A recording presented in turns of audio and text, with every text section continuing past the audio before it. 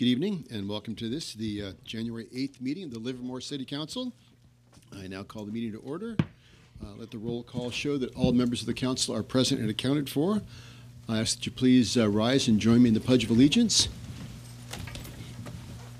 I pledge allegiance to the flag of the United States of America and to the republic for which it stands, one nation, under God, indivisible, with liberty and justice for all. Okay, for the city attorney, was there any reportable action taken in the closed session? No, Mr. Mayor, no, there was not. Okay, thank you very much. We have no proclamations or presentations.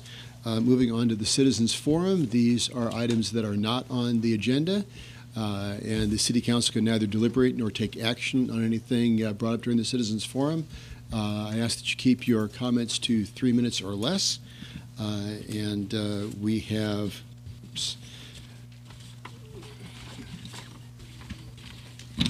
Okay, so we have Greg Scott, Dave McGuigan, Jacob Anderson. Scott. Good evening, Honorable Mayor Marchand, Livermore City Council, and City of Livermore staff.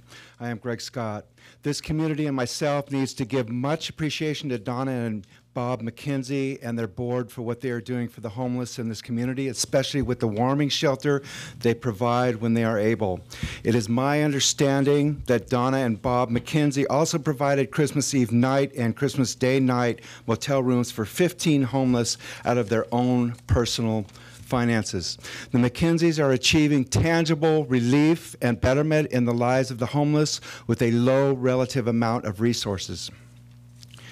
May most have had a good Christmas. For some of the unsheltered, it was not.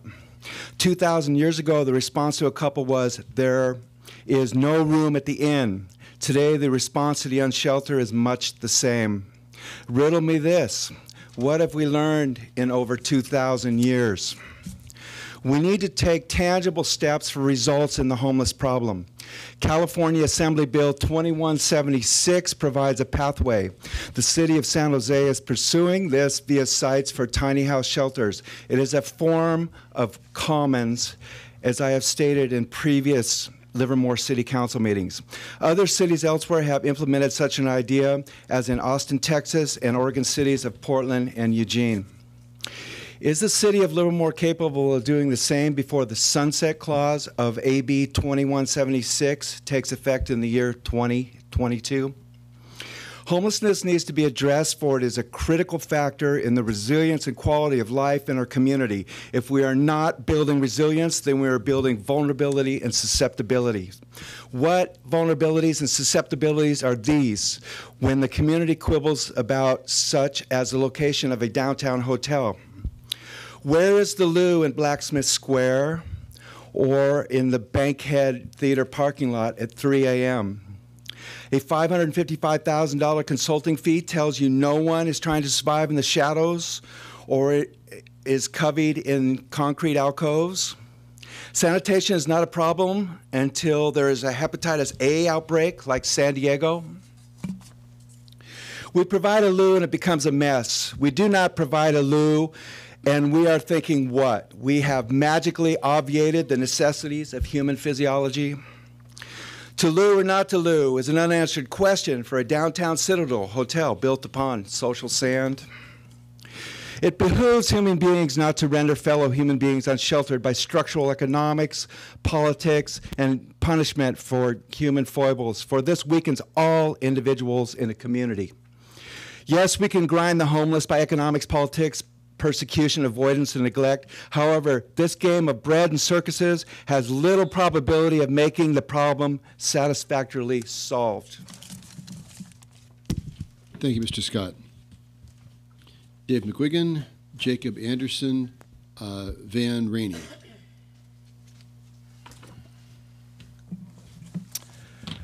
I wanted to say thank you to Mayor Marchand. Thank you for not laughing at a very serious topic. Thank you for not laughing at the rampant corruption in your police department. You can listen to the words someone says, but to really know what they're thinking, you really need to look at their actions. Sadly, the actions of you, Mayor Marchand, and the police chief, Michael Harris, testified to your endorsement of the rampant corruption in the Livermore Police Department. We know the chief endorses the corruption because he lies in his report to whitewash any complaints against his officer. He covers up for ex-officer Black 4 separate times, covering up sexual assault and child abuse. This kind of corruption cannot persist without the necessary political cover, and that's where John Marchant steps up.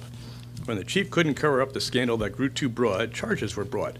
But have no fear, Mayor Marchant interferes in the trial to make sure the prior cover-ups remain hidden. Excuse me, point of order. I just have to ask. I did not interfere with any trial. And I just find it stunning that we sit here and listen to this rambling, but unfortunately, according to the First Amendment, someone can stand there and say things that are absolutely untrue, and You are correct. we provide the forum. You are correct, Mr. Mayor. The Brown Act requires that we receive all comments, flattering and unflattering, from the public.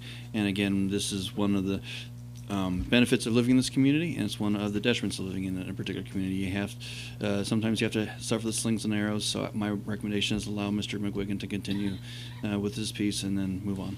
Okay, thank you. Go on. Okay. For the record, when you request that the evidence get suppressed, that's a form of interfering.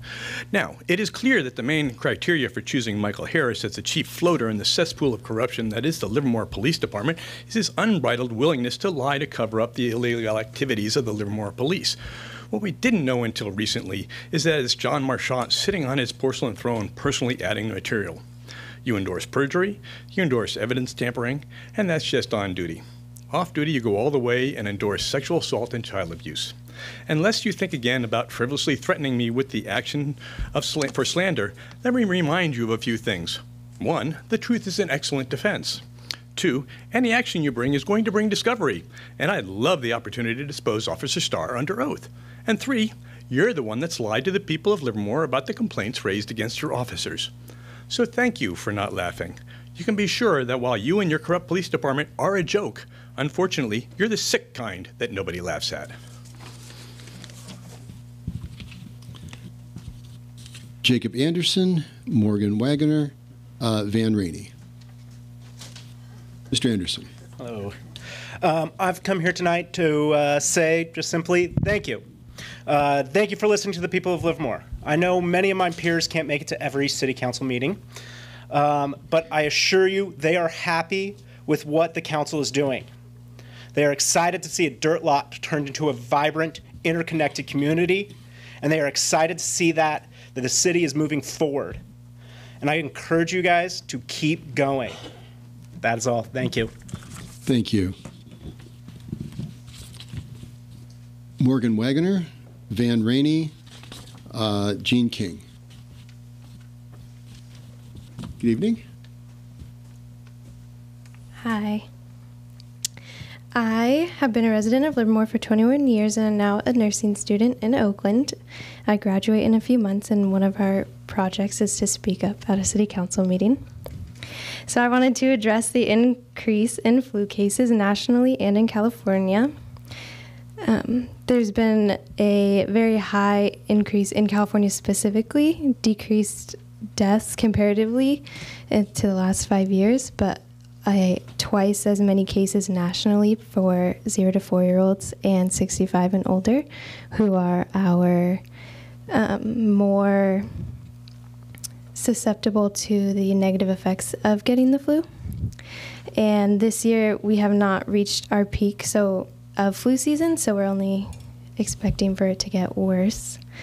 Other cities have done things like expand the need for vaccination in specific job fields, like my own. If you don't get a vaccination, you have to wear a mask to work to protect yourself and others, as well as we are trying to increase the teaching of what the flu shot is and the misconceptions, as well as how to prevent getting the flu in other ways, like proper hand washing and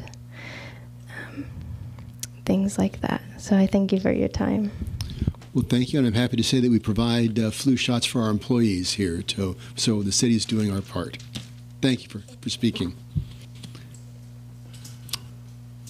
Van Rainey, Gene King, and Ravneet Sandhu. Thank you, Mr. Mayor and council members. I'm here to say that on December 8, 2017, the California Public Utilities Commission proposed Resolution E4907, and which proposes a process for certification of community choice energy programs implementation plans that would require a delay of almost 2 years in the launch of any program filing implementation plans after January 1st of this year. The CPUC is clearly attempting to slow down the growth of community choice in California. Livermore is a member of East Bay Community Energy, and in effect, it enacts a de facto freeze at community choice with Resolution E4907. The resolution proposes significant departure from the CPUC's existing and limited statutory oversight of community choice programs. I argue that this resolution, if authorized, would constitute a significant overreach of the CPU's authority with respect to both local governments and state law, with immense and immediate impact on community choice programs forming in the state. We are asking you, the City Council and individual members, urge the CPUC to withdraw the resolution E4907. I do so in accordance with the legislative platform established by the City Council last year based on the following issues. 1, in pursuance of stronger local control, you oppose any legislation in the same vein, any legislative and in the same vein extra legislative efforts to restrict local authority in decision making. This resolution greatly restricts local efforts to establish community choice programs. 2, in your support of incentives that encourage property owners to invest in energy efficiency and renewable energy systems, greenhouse gas reduction technology, and alternative vehicle fueling stations and parking areas, and in your support of community choice aggregation like East Bay Community Energy, which you are a member, that any effort that restricts the formation of these entities runs contrary to the Council's stated position.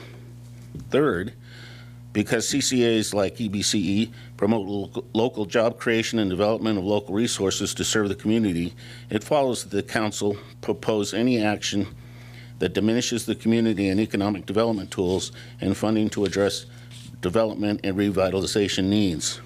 Now, this matter is quite urgent, since the CPUC is requiring all written responses be postmarked by January 11th of this week.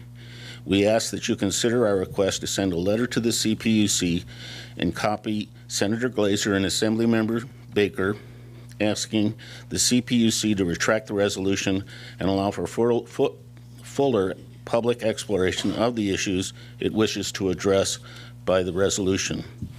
I've attached a sample letter to the text and a link to the draft E4907 resolution that you can be found in this, and I can give you the text of the speech. Give it to staff. Thank you.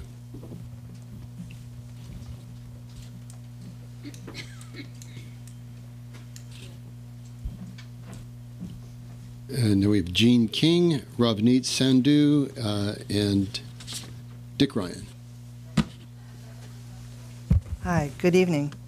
After spending $500,000, many hours of staff time, and months of gathering information from the public in the downtown outreach, the Council directed staff to bring back 2 concept plans that do not include 4 concepts that citizens supported during the outreach process for the downtown. 1, more parking on the east side next to the bankhead, a garage on 3.5 levels with 352 stalls, both regular and handicapped, for patrons of nearby businesses and the theaters. Retail, such as a restaurant and wine bar on the ground floor and beer garden on the top levels. 2, a large 1.7-acre active central public open space from Bankhead Park to L Street. 3, housing on the right location on L Street at the edge of the project and not next to the Bankhead or in the center of the Lucky site. 4, a hotel on the west side with a presence on Livermore Avenue, a gateway to downtown, not on L Street, which is not a gateway. This was the recommendation from the consultants for a successful hotel. Though the Council looked at each priority one by one, I hope that the completed plan will be based on how all the elements work together. On the city website, yourlivermore.org, are the many good presentations by consultants to the steering committee. An especially important one was by Greg Tung, who designed our downtown, and his presentation is Downtown Urban Design.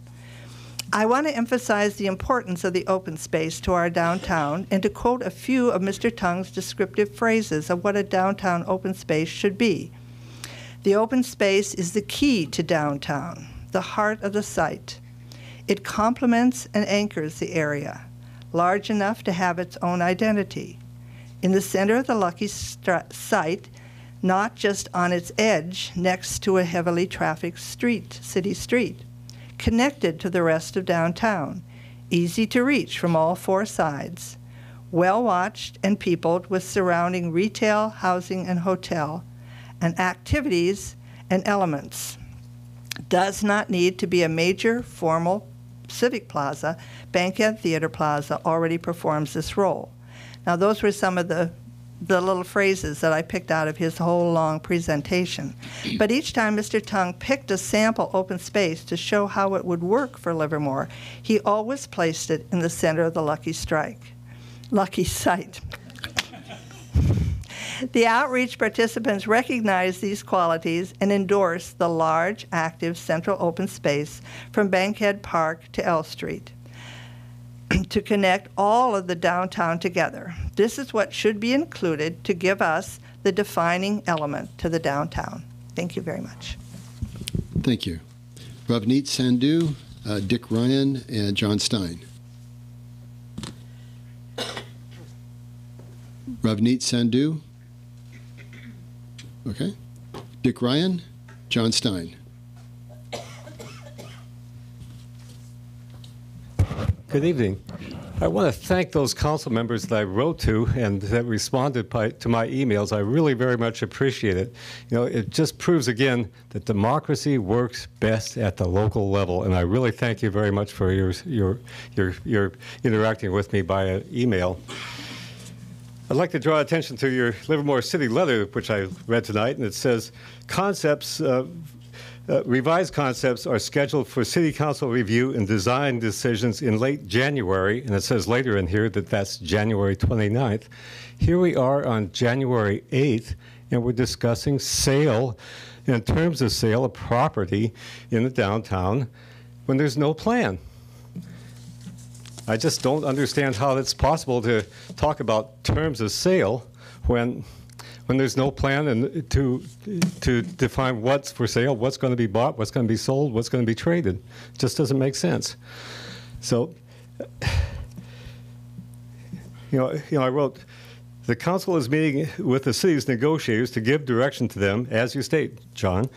How is it possible to give direction if there is no plan? All agree there is none.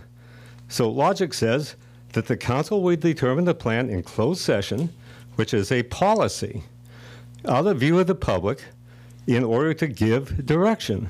The Brown Act allows closed sessions to discuss terms of real estate transactions, not to set policy. So I'm questioning the legality of what you guys did here earlier this evening. So thank you. Thank you.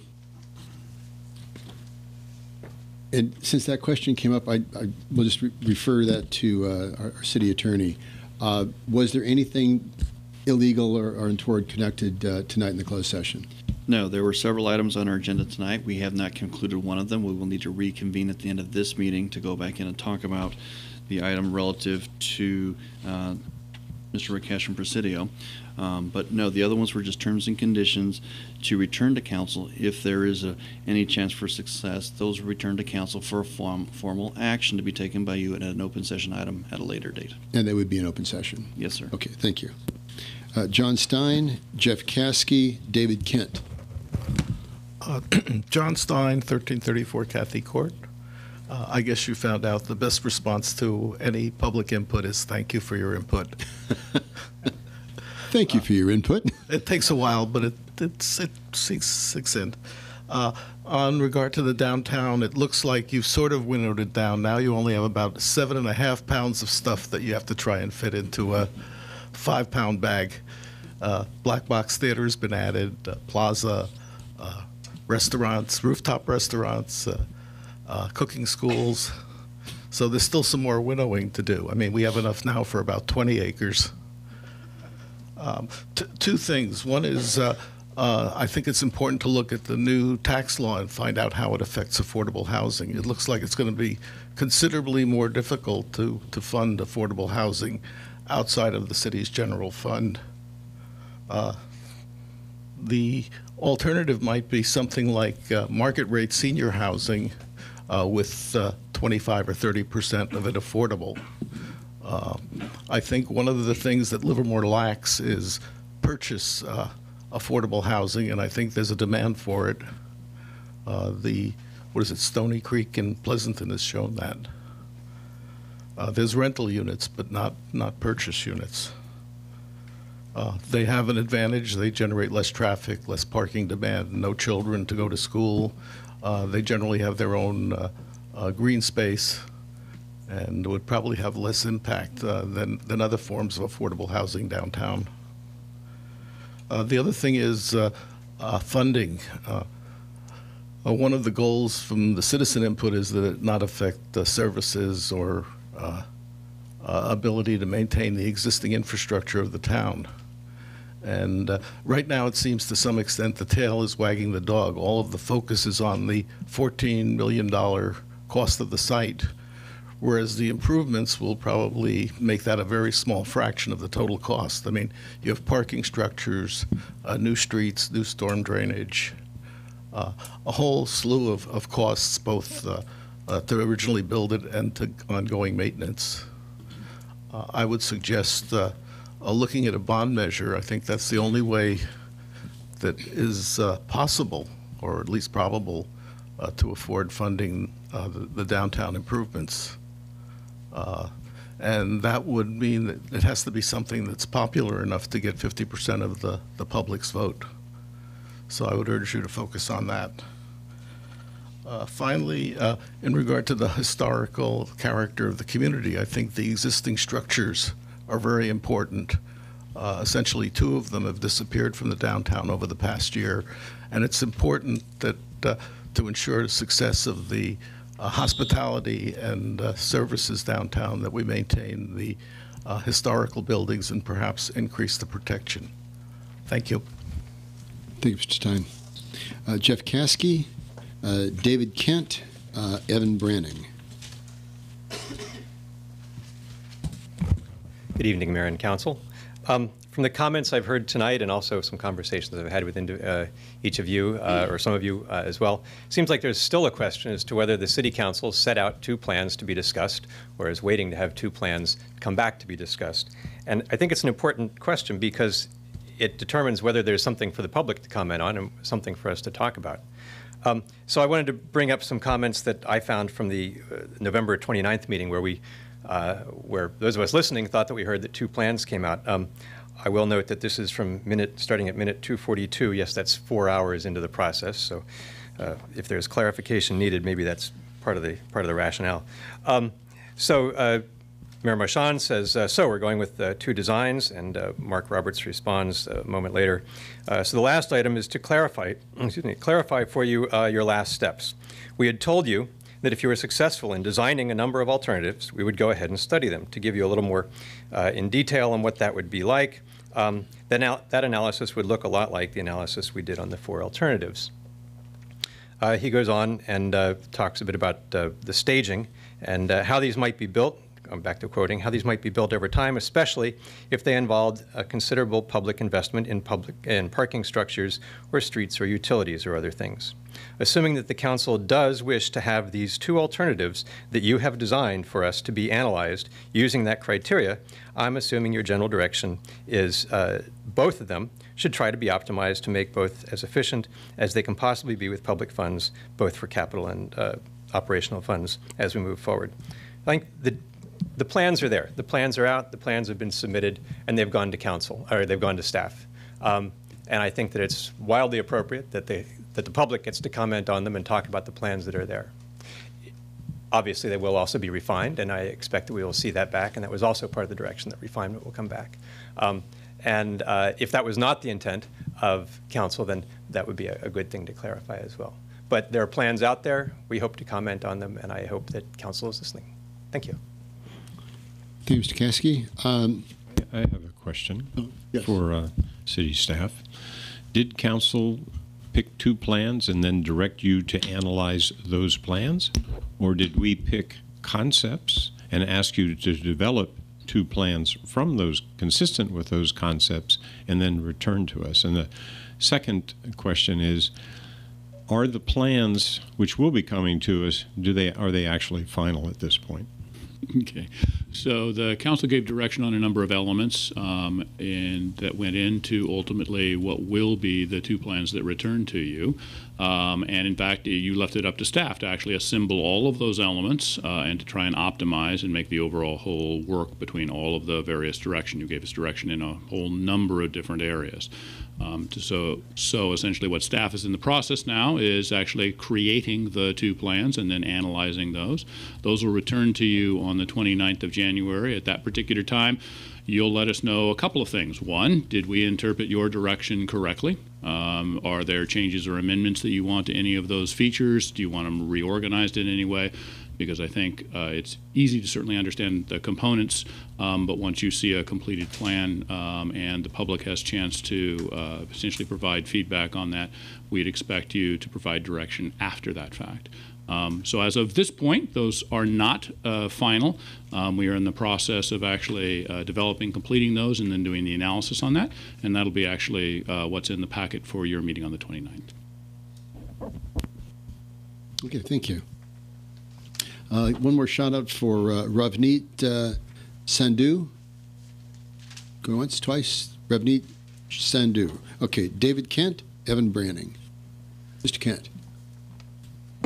Good evening.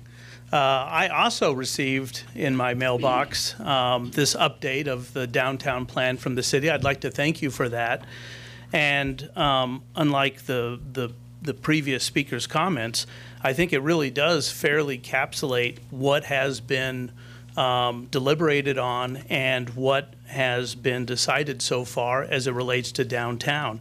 And I think it's really a great, as someone who has been involved in this process since the steering committee and gone to community outreach meetings and attended as many council meetings as I could, I think that this kind of flyer has been very useful because there has been a lot of misunderstanding, misreporting about what's really gone on in this situation. And there aren't plans in there. There are no secret plans. There's a case where the council is truly listening to the citizens of this town and are acting on that. And listening, it seems to be a concept. I hear about it, I read about it in the Independent, but people seem to be confused by what listening is. Listening is not agreeing with everything that everybody says. That would be simply impossible. And listening is not agreeing with what the last person said. That we have too much of that in Washington, D.C. already. Listening is getting all the information out, getting the data points assembled, and then you need to weigh through this data, the relevant information, and make decisions. And I think this really encapsulates decisions that are being made with full consumer citizen input and really careful listening. And sometimes things are at odds. Protecting the cultural character of Livermore was right up near the top. And that culture and heritage is embodied in Blacksmith Square.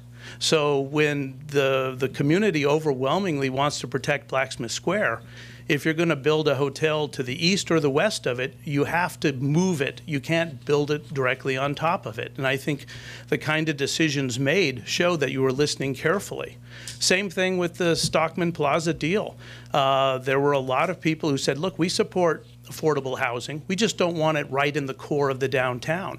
The Stockman Plaza proposal was a great opportunity to move some of that housing, which provided the money, to Pacific Avenue. And I think creating these kind of elements in your plans are really listening to the population, listening to the citizens who are involved in this process, who believe that there are an elegant solution of getting what most people want if everybody's willing just to compromise here and there and really focus on what the community is saying. Thank you. Thank you, Mr. Kent. And finally, Evan Branning. Mr. Branning. Thank you, Mayor, Council, City staff. Again, my name is Evan Branning. I'm here speaking as a private citizen, and I would just like to say that I'm really pleased with the progress that has been coming along.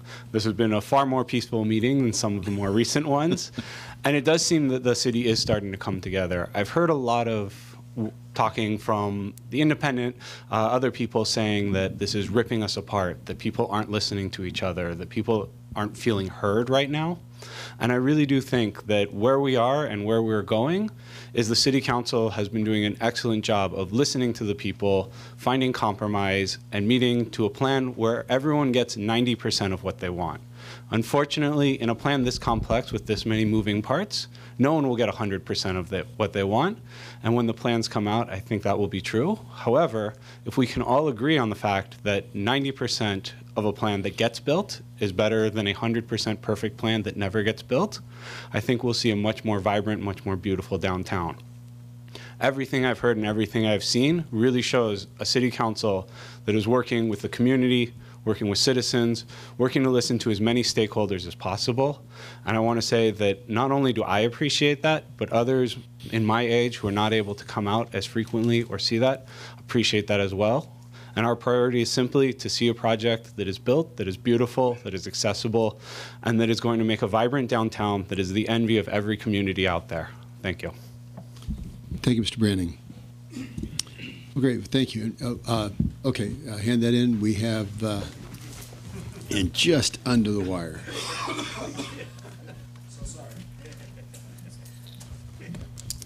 Mr. Wente. Thank you so much. Again, thank you for what you do, part of good government. My question is, what is good government? Thank you all for what you do as part of that process. To me, government is a process to act on the will of the people, not the whim of the people as it goes. As such, the three branches that we have to allow it to function. And so it makes me really think. I've been studying a lot of Jeffersonian, Hamiltonian. What is Jeffersonian? What is Hamiltonian? Who thinks about Main Street? Who thinks about Wall Street? Who thinks about protectionism? Who thinks about keep the dollars at home? Who thinks about federal government? What do they specifically think about that? What is good government? We pledge allegiance to the republic, lest we not forget what a republic is versus a pure democracy. We have a referendum system. We have an initiative system whereby the governor in about 1900 gave the power back to the people to referend or put initiatives in place. We got to deal with that. It is what it is. What is good government? Greg Scott, you're a great speaker. We should take care of the homeless.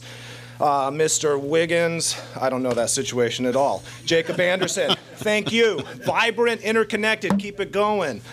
Wagner, 21 years as a resident. Sanitation, hand washing, absolutely, right? Let's have bathrooms. We should talk about that. To loo or not to loo, we should. Okay, then I don't know who it was, but CPUC, the California Public Utilities Commission. What is good government? How should it function? How should it respond to that and as it goes through? That's what you guys get to decide, but that is, what is good government? Gene King, $500,000, that's a lot of money we did spend. As part of the process to drive this forward, to not stagnate in who and what we are. We do not want a dirt lot there. Nobody does. We unify in that. Let's unify in that. The way that these antagonists, Jefferson and Hamilton, they were just vehemently opposed going at each other, but they were unified and let's ratify this document, have this Constitution to the republic for which we stand. So to good government.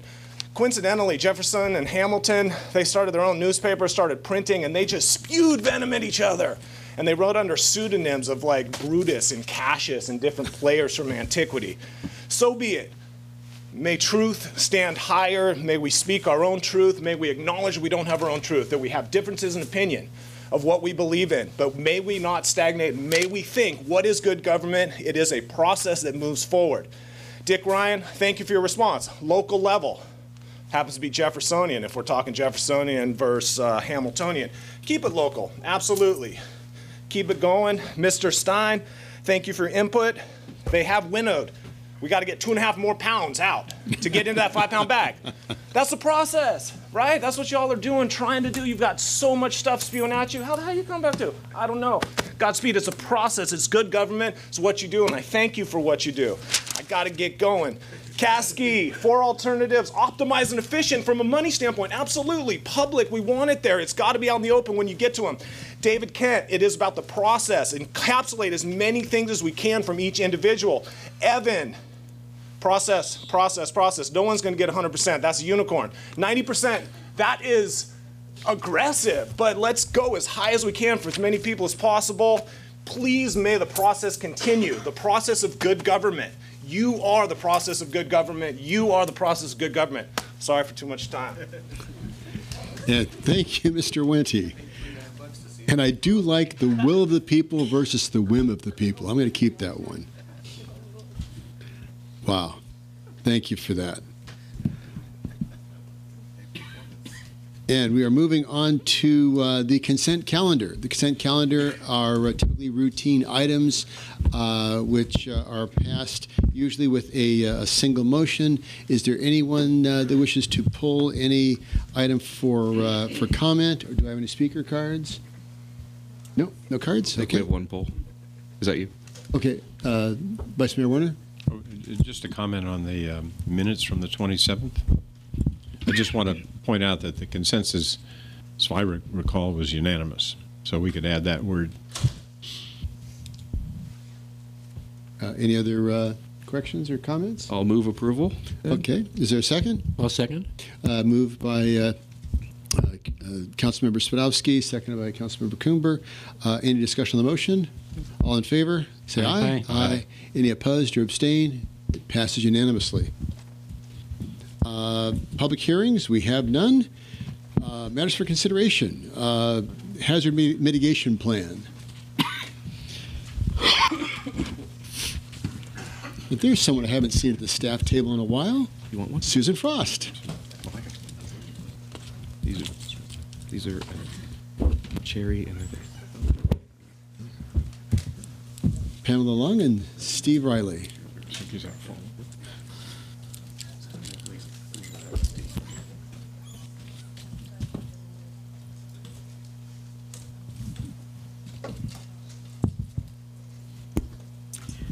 Good evening, Mayor and Council members. I'm Susan Frost, Special Projects Coordinator, and I'm here to present the 2017 Draft Tri-Valley Hazard Mitigation Plan.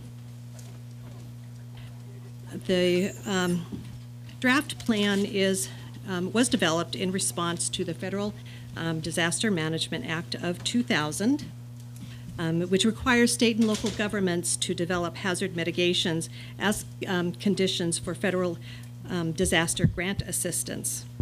This act increased the emphasis on planning for disasters before they occur, and it encourages state and local governments to work together on pre-disaster planning in promoting sustainability for disaster resistance.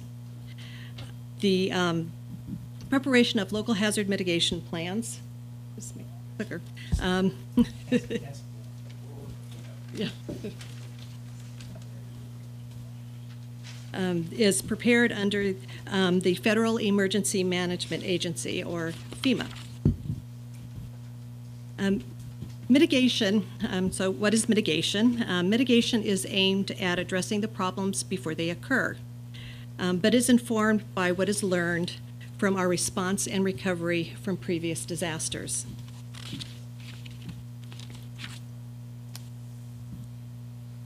Under federal regulations, a local hazard mitigation plan is necessary to maintain eligibility for grant funds. It should be proactive rather than reactive. It helps with response and recovery from the impacts of natural disasters and does require a commitment and support from the local government and the community.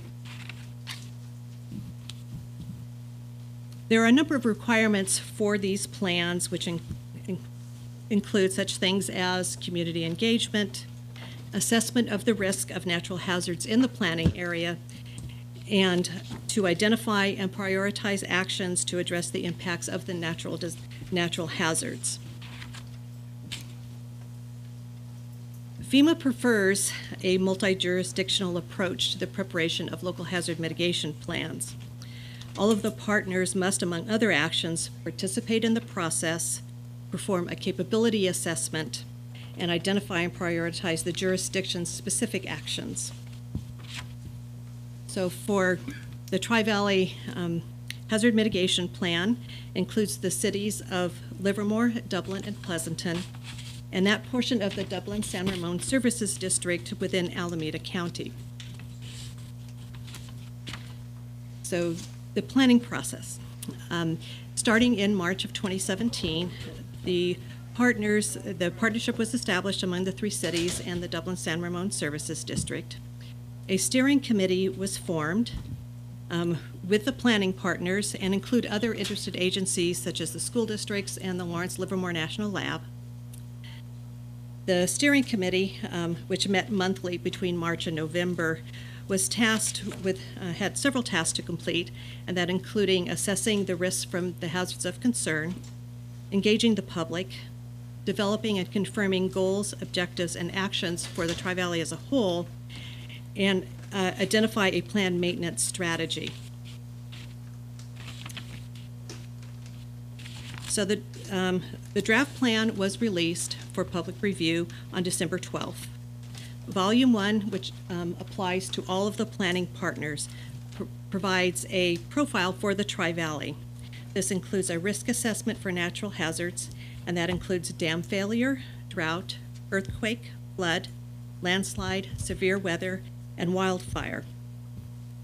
Volume 1 also discusses climate change and the potential effect on natural hazards, public health emergencies, and human-caused threats such as terrorism, cyber attacks, and hazardous materials incidents.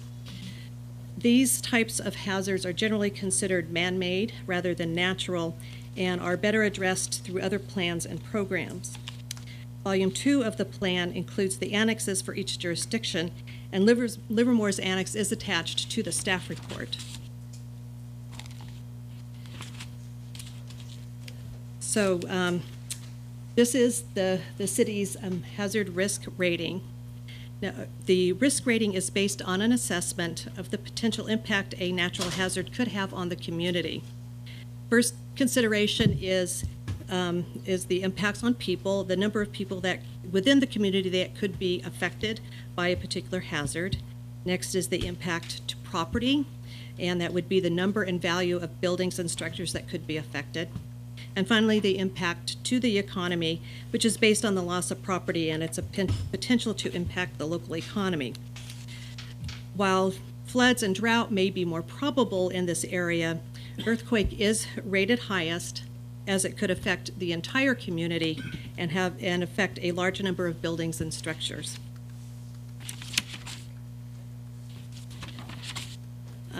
The Livermore Annex includes a capability assessment, which is a review of our existing ordinances, regulations, and plans and programs that address hazard mitigation, such things as the building code, general plans.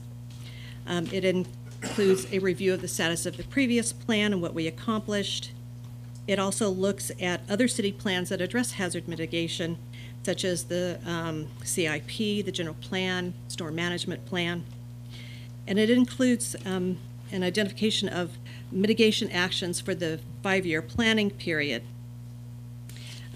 This includes plans such as emergency management plan, disaster recovery plan, programs including staff training and weed abatement, and capital projects, many of which are already in the CIP, such as emergency generators at critical facilities and the new Civic Center Meeting Hall and Emergency Operations Center. The Livermore, our annex has identified 34 actions to address potential mitigations for hazards. The next steps in the process are the public comment period, which will end this Thursday, January 11th. The primary means to submit comments is via the website that was established for the plan, and I'll show that on the next slide. The plan will be submitted to the California Office of Emergency Services January 15th, and following that, it will be following their review, it will be submitted to FEMA. Those two processes will optimistically take about 90 days. And Following approval by FEMA, all of the planning partners must then formally adopt the plan. So for more information, there is the website. That includes the agendas and minutes from the steering committee and also a copy of the draft plan. And staff recommends that the City Council provide direction and comments on the draft 2017 Tri-Valley Hazard Mitigation Plan. And that concludes the staff presentation. All right, questions for staff? Or, Vice Mayor? Questions? No, well, questions for staff first. Are there any speaker cards? Any speaker cards? No. Okay, so we go right away through the questions on to comments. Okay, I guess I'll start. I was deferred because I think Vice Mayor Warner's coughing. We're both chewing on Ricolas up here tonight because we're both getting over the flu. This is great. I'm glad to see that we're doing our own local hazard mitigation plan. What people don't realize is that it was typically handled under ABAG, and then ABAG decided not to do Bay Area-wide local hazard mitigation plan, so everybody had to do their own. And I was sitting in my office about 9 years ago, and somebody came in and said, guess what, Stephen, you're doing the local hazard mitigation plan for us. And now I'm into my second round through this process, so I'm very familiar, although I have 39 planning partners in my plan because it's county-wide. And that was my first question. Why the heck did it looks like both the Dublin Unified School District and the Livermore School District, does anybody know why they submitted letters of intent and then did not participate in this? I mean, and I don't mean to put you on a spot or speak for other agencies, but did we hear why they would say, yes, we want to join this effort, and then they didn't follow through? I don't have any information as to why they chose not to follow through with this. Okay, because it's something that I think we need to encourage other districts, other agencies to partner with us. The more the merrier, quite literally. It makes your plan stronger. And anybody that owns infrastructure should have a local hazard mitigation plan. So we do, if we do, God forbid, have the big one, they will need a local hazard mitigation plan prior to receiving FEMA funding. So LARPD, our next round, we should be reaching out to LARPD and the school district again and saying, please, you really need to participate in this program. I'm glad to see DSRSD participated. They actually were set up to participate with me in San Ramon and chose to go with Livermore instead, so or the Tri-Valley. So just like high school, all over again, somebody picked somebody else. I was the last on the dodgeball team. Anyway, I would encourage everybody the next time we hear about this to participate and to review the materials. Part of it is, we need public input to tell us where some of the disasters and some of the, not disasters, but hazards occur.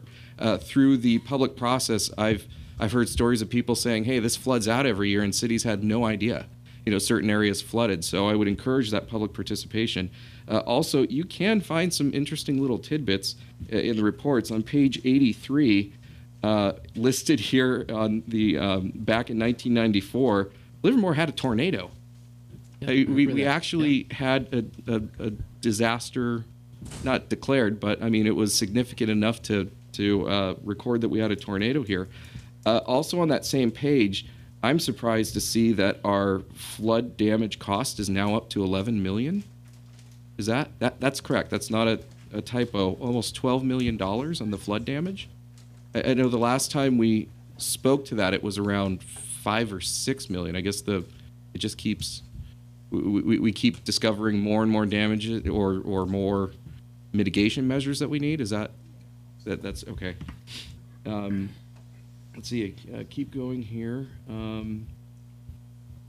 That's something I think that we also need to stress is that we need this for the FEMA reimbursement. So I'm very glad we're doing it. The other comments, more. I didn't see it this year, and I'm sure there's a reason for it, but we don't have the shake maps included, which is a very interesting. I don't know if they still do that in HAZUS or not. You may want to just ask to see if eventually the shake maps, which basically it models all of the fault lines, or at least in this report there's 4, I remember reading San Andreas, Greenville, and Haywired, and there was a fourth one that was modeled. But it's interesting to see the shake maps. And from that data, when they put it in GIS, they can actually calculate what the cost would be to repair the city as a whole. It's interesting data. And when you hear about we need to prepare for the big one, that'll tell you why, because it goes into the multiple billions. We're talking hundreds of billions of dollars to repair. Other than that, it's a great plan. I am very impressed with 34 action items, and I'm glad to see that the majority of the action items are actionable items where you're talking about certain projects that you're identifying. I think that's great for us to prepare for submitting for any grants. Overall, it's a great plan. I'm glad to see that we're doing it as a Tri-Valley. We're not just going out on our own, and I would encourage us during the next round to go ahead and reach out to other partners.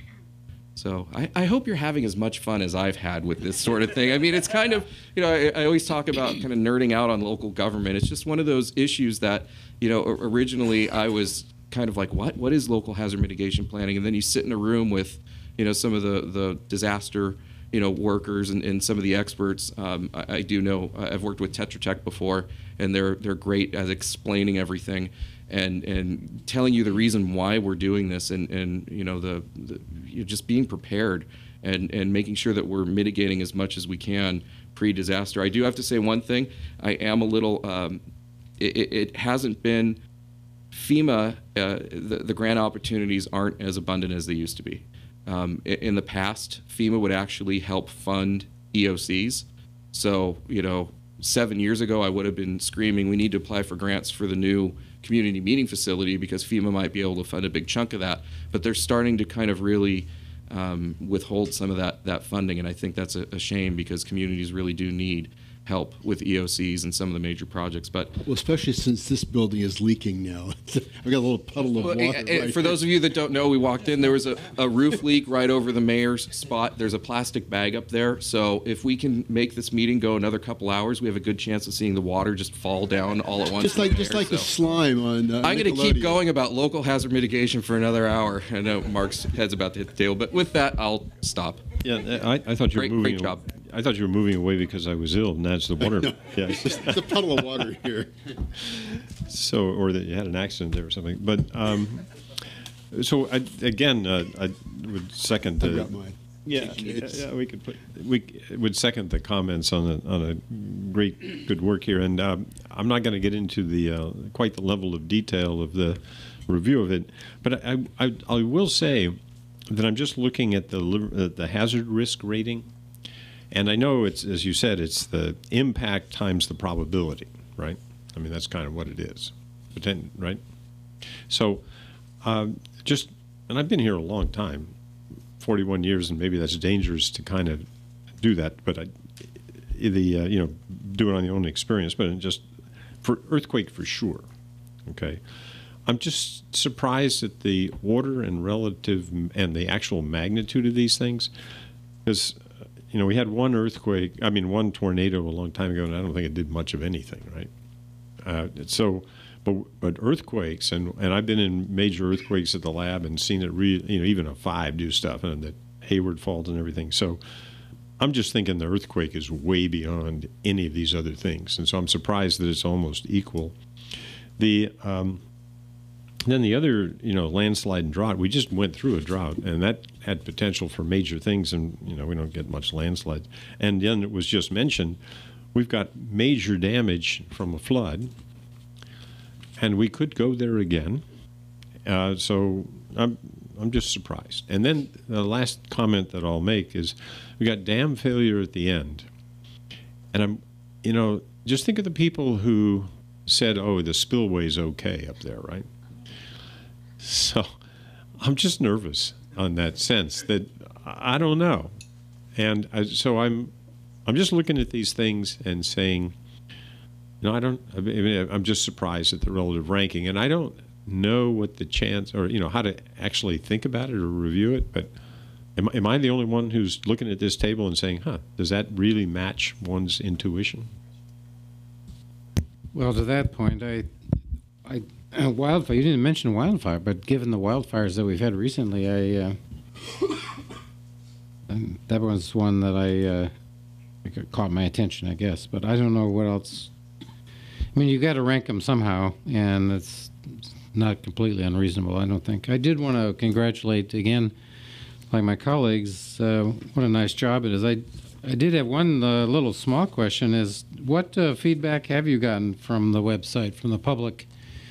And was there anything there that surprised you or that you hadn't thought of? I mean, sometimes the public comes up with some awfully good ideas that we're sort of myopic in some of our thinking. And we haven't received much feedback through the website once the plan had been released. We did do public outreach at the farmers markets while we were developing the plan.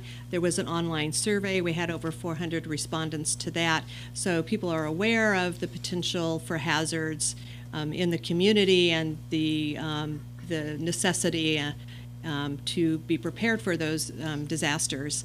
But in terms of having people actually look at a 400-page document. I did. Well, yeah, but you're special. Somebody just called me a nerd up here. I heard it. So at this point, we haven't received a lot of public feedback on it. Okay, thanks. Just very quickly, because most everything has been said before, but thank you for putting together such a comprehensive thing. It was my first look at it. I was glad to see so much information that was meaningful. That we also, I'm a weather nerd, so I'm a nerd too in a way, and I understand a lot of these things where they come from. We're lucky to live where we live. Looking at so many of the other cities with hill issues and forest issues and other earthquake faults are everywhere. Of course, up here they're like the wrinkling of my skin as the years go by, and it's just things start shaking. But we live in a kind of a special place anyway, where I don't expect that big wildfire to blow through anytime soon, because we have natural barriers to these things, as well as some good man-made ones along that we've thought about many years ago. So I appreciate you putting it to paper, assessing the risk. Most of us keeping us eligible for FEMA claims if need be. And that's real important should that unforeseen event happen, which, as we keep seeing with every year, there's something new going on. So you never know where it's going to come from. But I appreciate the hard work. It's real obvious how much time you spent on it. Thank you. Well, a lot of good detail, a lot of good information. Thank you very much. And it just struck me just how time flies, because I was playing basketball with my younger son at Sunset Elementary, and I looked up and I saw that tornado, and it was chilling to look. That, you know what that looks like? Yeah, but it was to look up and see that. It was interesting that you don't normally see that out here, but good attention to detail. So thank you very much on that. So with that, any other questions or comments from the council? Okay, on that point. Do we need a motion to accept them? Let's see, the comments, and then do you need a motion to accept the report? Sure, if you could do a motion to accept. Okay, do you have a motion to accept I'll move that we accept the report. Moved by Councilmember Carling, seconded by Councilmember Spadowski. Any discussion on the motion? All in favor? Aye. Aye. Any opposed, abstentions? It passes unanimously. Thank you very much. Okay, on to, as we move through hazards, we now go to disasters. Yeah. Disaster preparedness.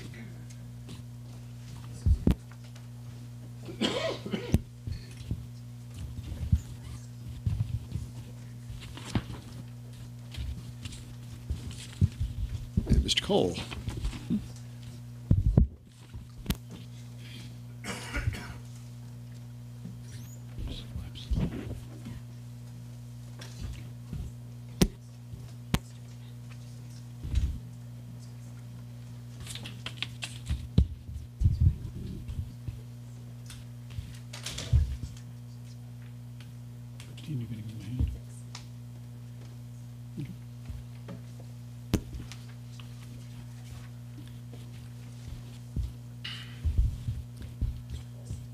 Good evening, Honorable Mayor, City Council. My name is Herbert Cole, and I am the Emergency Manager for the City of Livermore. I am here tonight to present an update on the city's Emergency Management and Disaster Preparedness Program. At the City Council's Goals and Priorities Workshop in February 2017, the Council identified disaster preparedness and public safety as a Council priority. The Emergency Manager position was created as a result of this priority. I have been in this position since September 2017. I am a certified emergency manager with 19 years of experience. In September, staff began the process of conducting an ongoing internal audit to align the Council's disaster preparedness and public safety priorities with the National Fire Protection Association Standard 1600, also known as NFPA 1600. Adopted by the U.S. Department of Homeland Security as the consensus standard for emergency management and disaster preparedness programs, NFPA 1600 ensures emergency management compliance with federal and state regulations, current standards, and industry best practices. NFPA 1600 is the standard that will guide the development of the Livermore Comprehensive Emergency Management Program. A comprehensive emergency management program is comprised of 4 key elements: hazard mitigation, preparedness, response, and recovery. Together, these 4 interrelated elements make up the emergency management cycle and are the foundation upon which the Council's disaster preparedness goals and priorities will be implemented. With regard to staff readiness, which was one of the elements of the goals and priorities, in September, 15 staff attended a multi-day session at the California Specialized Training Institute of the California Office of Emergency Services located in San Luis Obispo. Staff were able to learn, practice, and update skills necessary to run the city's Emergency Operations Center. Another 20 staff are scheduled to attend in the spring. Also, with regard to staff readiness, 31 staff attended a 2-hour National Weather Service training on what to look for during severe weather and how to report severe weather to the National Weather Service. A brown bag lunch presentation series has been scheduled for staff throughout the 2018 year. Each month, a new topic will be presented to help staff learn to mitigate against, prepare for, respond to, and recover from disaster. And finally, FEMA grant-funded training opportunities are offered throughout the year, and staff are made aware of these opportunities to enhance and update their emergency management skill set. During October, city staff participated in the Great California Shakeout. We also sent out public messaging via the city's social media presence to the general public, and we encouraged them to participate.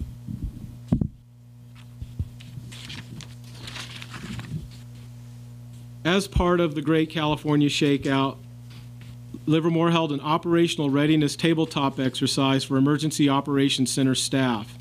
The exercise was designed to gauge operational readiness with regard to an earthquake on the Greenville Fault.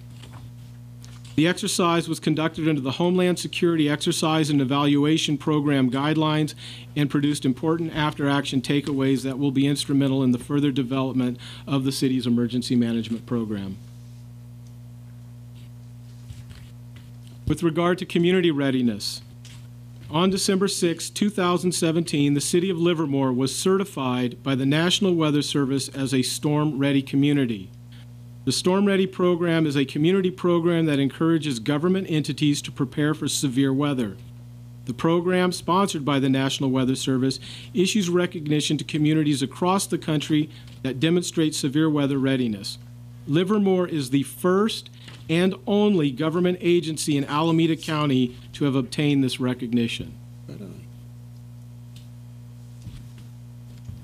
With regard to technology, VOCI is a software program that the city is currently implementing. It will provide greater collaboration and situational awareness within the Emergency Operations Center and out in the field. With VOCI, an EOC can be established within minutes over the internet, giving personnel time to respond to the physical Emergency Operations Center building. When staff arrive at the Emergency Operations Center, information gathered by field responders is available to staff immediately upon signing in.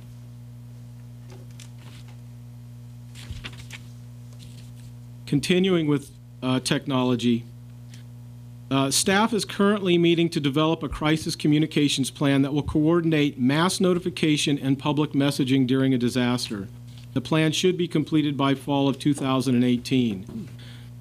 Principal to that plan is that the city will be implementing the Alameda County Alert System, also known as AC Alert, by the summer of 2018 as a supplemental mass notification system that will reach opt-in cell phone subscribers.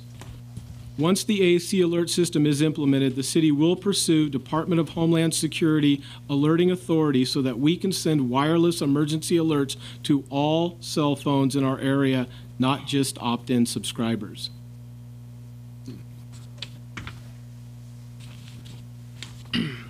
Planning, as you heard, the hazard mitigation plan was before you tonight. Plans that are currently under development in the 2018-2019 period include the emergency operations plan, which will be scheduled to come before the council very soon. The local hazard mitigation plan, which you saw this evening.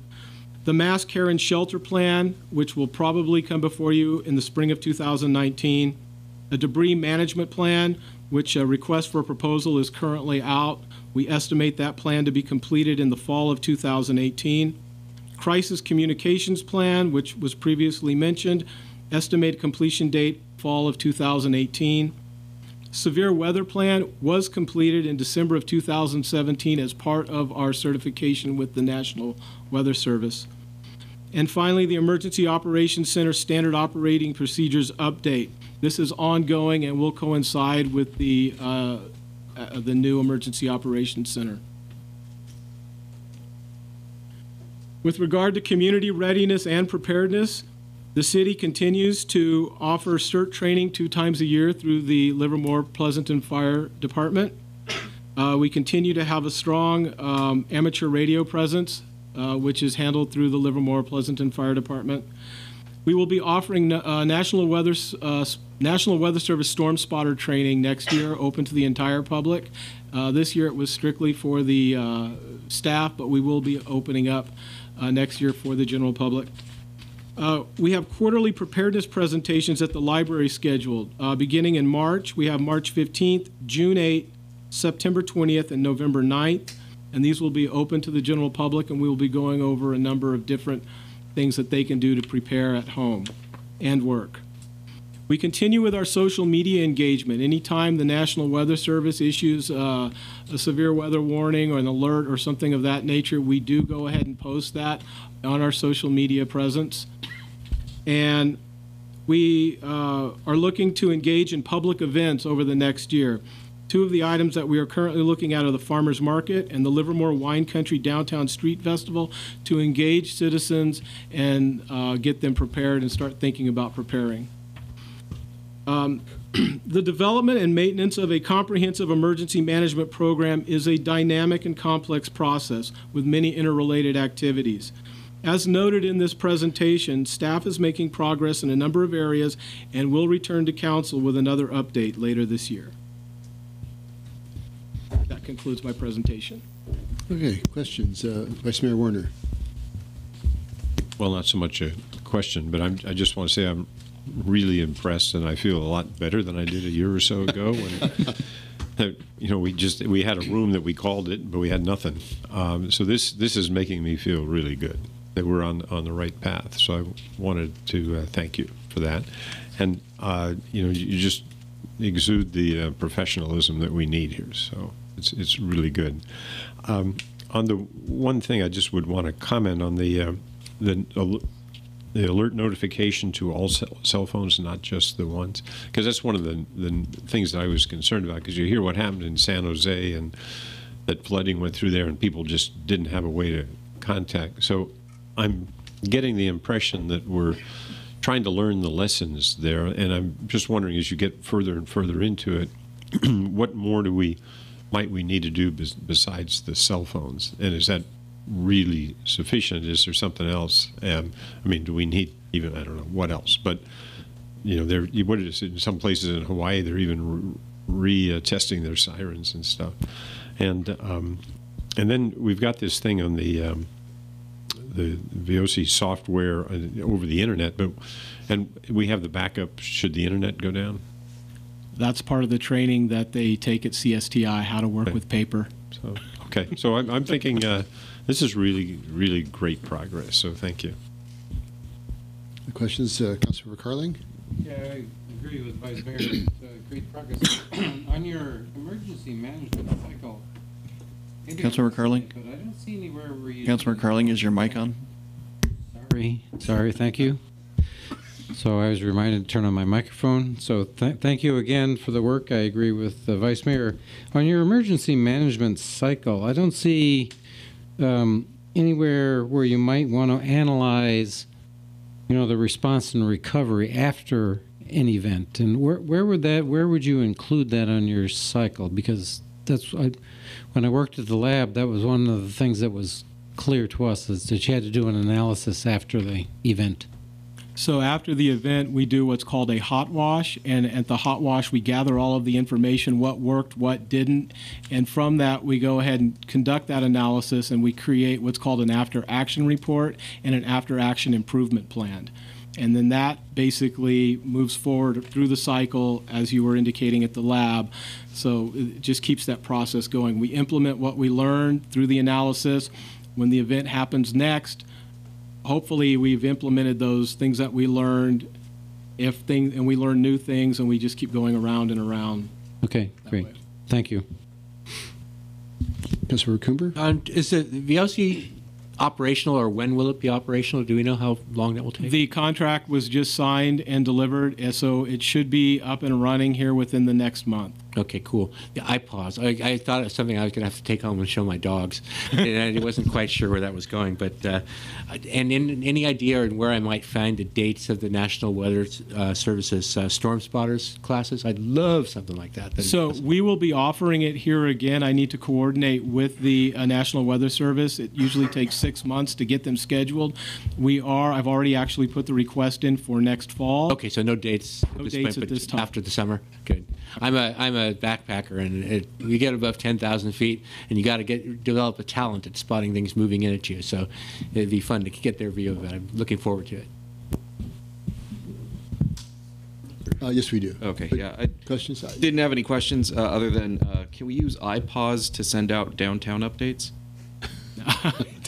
Joking. Sorry. I mean, directly to cell phones, that's a great way to reach people about what's going on. So again, back to the iPause. So that goes out to cell phones. Do we also have a reverse 911 to go to landlines? The city does have a reverse 911 that's landline only. Yeah, okay. I knew we had, that was one that was already in place. But yeah, that's one that actually currently is in place, but a smaller and smaller fraction of folks actually have a landline as their primary contact. I'm a dinosaur, but I do it well, and I still have one. So I want to make sure I find out about this stuff. Okay, very good. Well, I do have a speaker card. Connie Copps. Ms. Copps.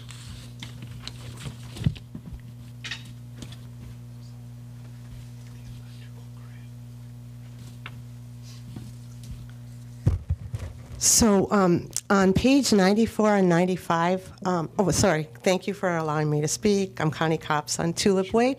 On the maps that show, the page 94 and 95, can you get them up for this?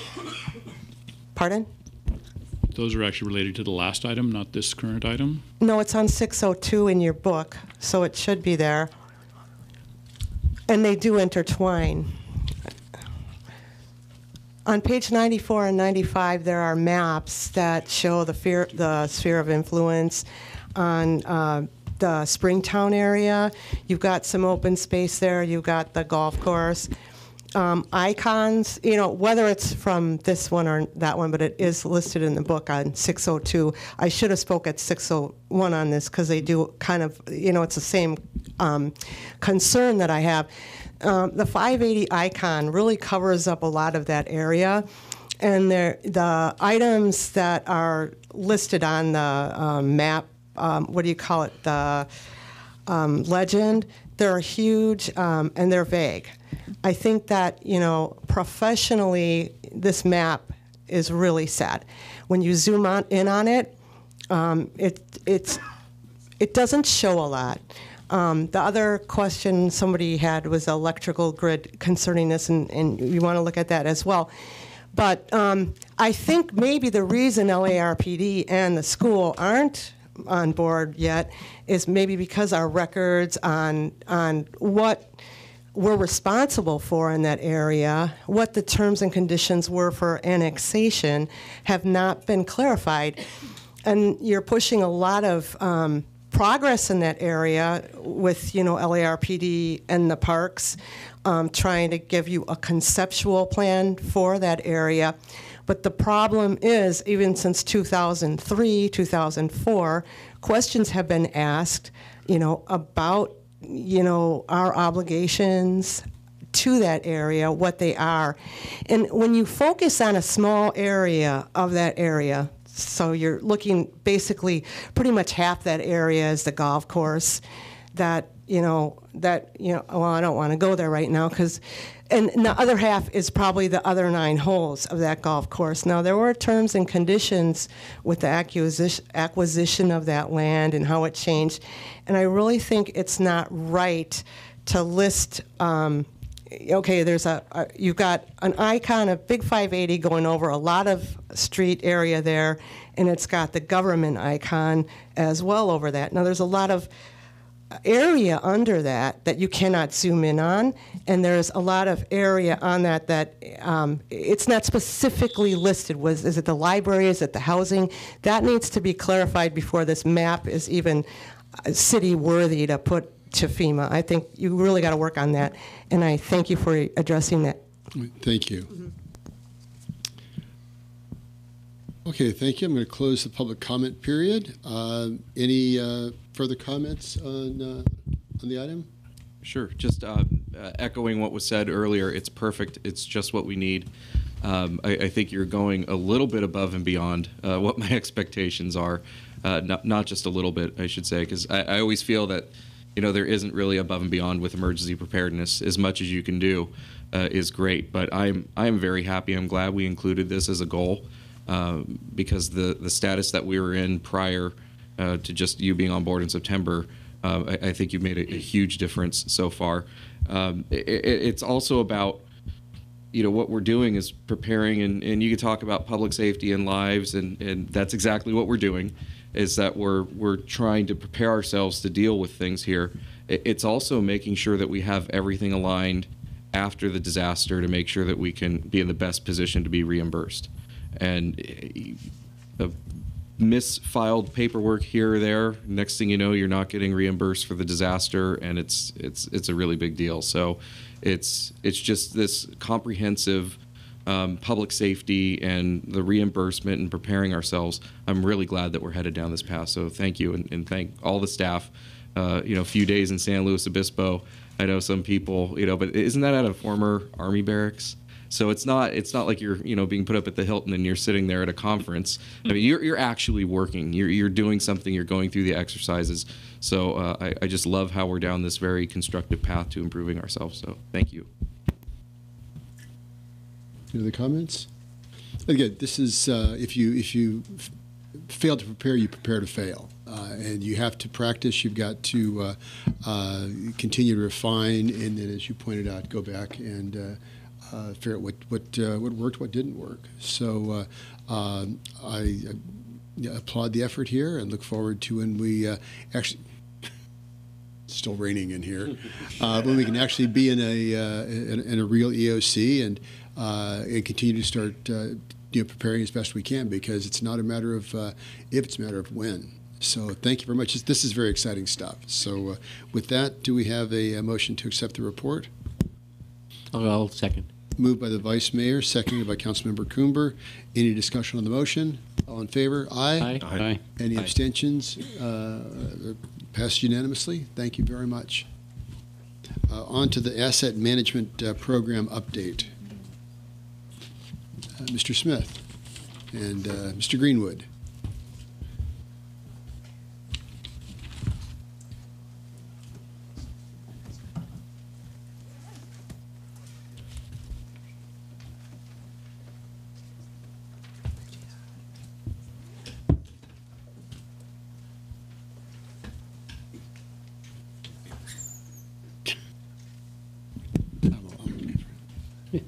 need me, I'll just put my umbrella up. Well, good evening, Mayor and council members. My name is Anthony Smith in the Public Works Department. With me is Darren Greenwood, our Public Works Director. Tonight, we're here to provide an update on the asset management program. The assets that we're going to present tonight are things that we haven't touched on already with the council. So starting with asset inventory, the city owns and maintains 45 bridges with a total valuation of $129 million, an estimated 622 miles of curb and gutter, $155 million valuation, 18 small parks and plazas with a valuation of $4.3 million, approximately 15,000 trees with a value of approximately $30 million. We are going to be undertaking a larger tree inventory project over the next year or two, so we'll continue to refine that on the trees issue. The city maintains 100 acres of roadway landscaping with a valuation of $28.6 million. And this only represents the city's general fund landscape. So we also manage other landscape like the LMDs that are not included in this total. 22 miles of trails. So on this item, the amenities are valued at $4.8 million. The actual trail surface itself is handled through the pavement management program. So the dollars associated with the trail surface itself are covered in that program. And then storm drains and channels. So the city has 226 miles of pipe, 22 miles of open channels, with a total valuation of $668 million.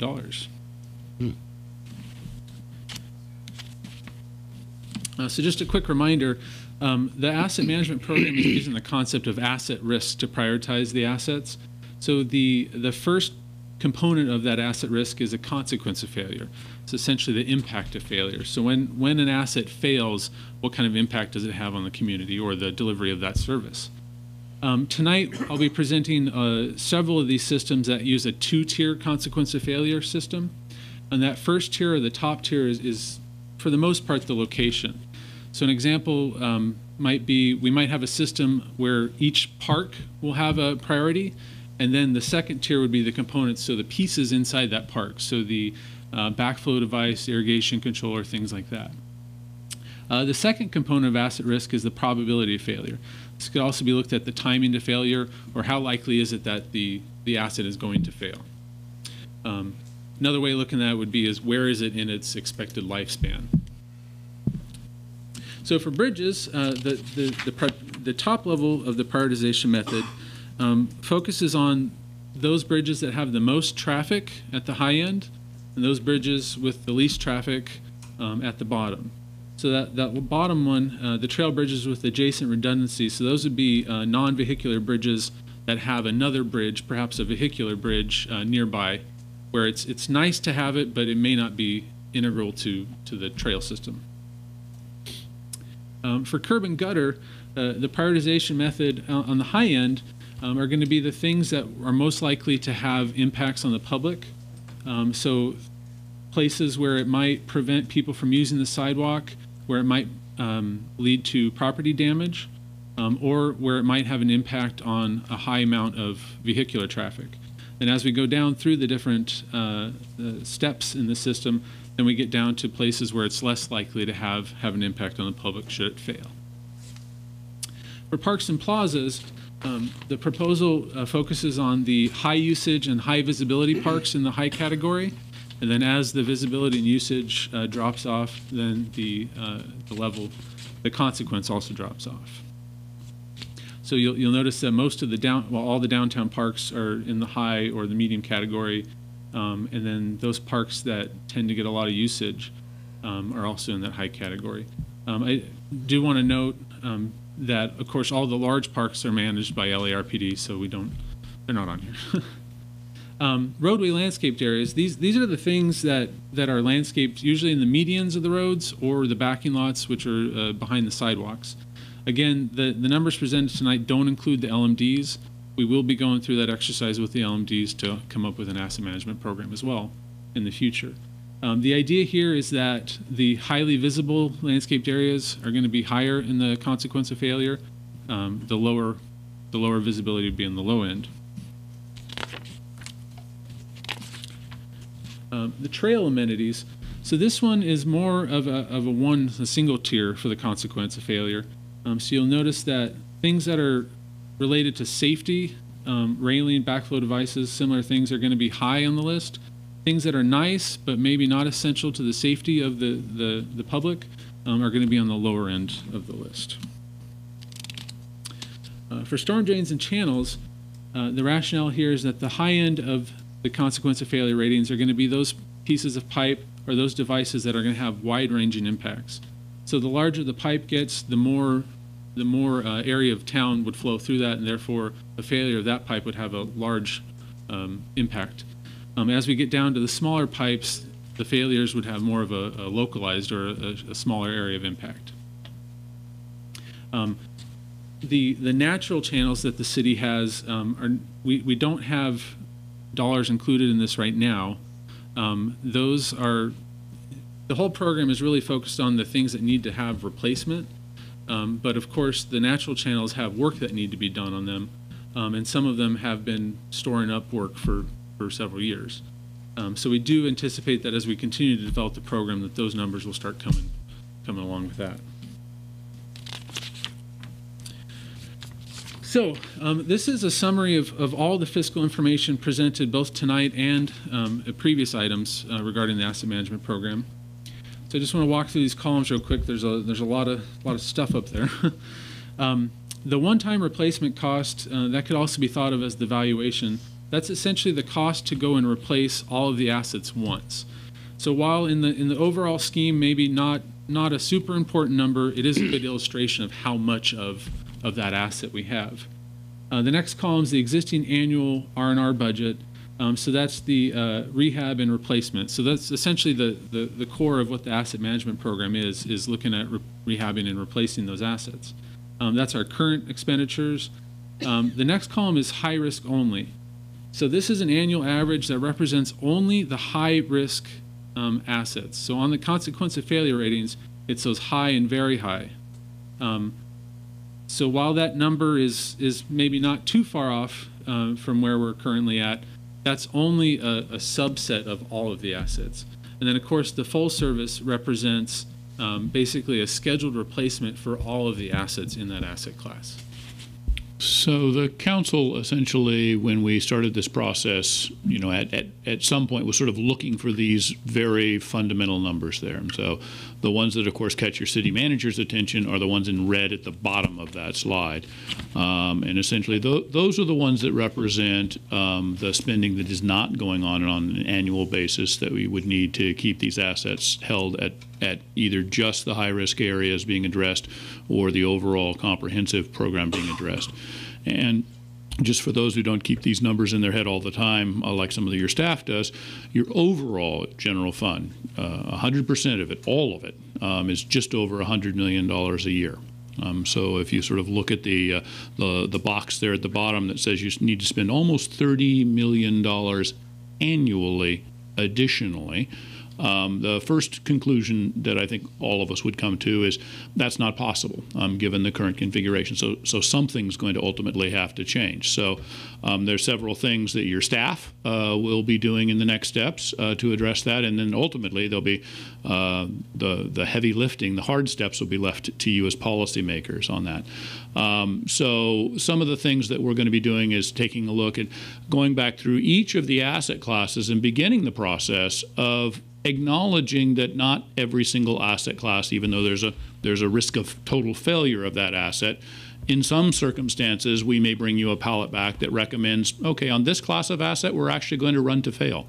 That's going to be okay. If we lose a backing lot wall and it takes a while to replace this section of wall, that'll be an acceptable level of standard versus the millions of dollars additional in sort of ongoing costs.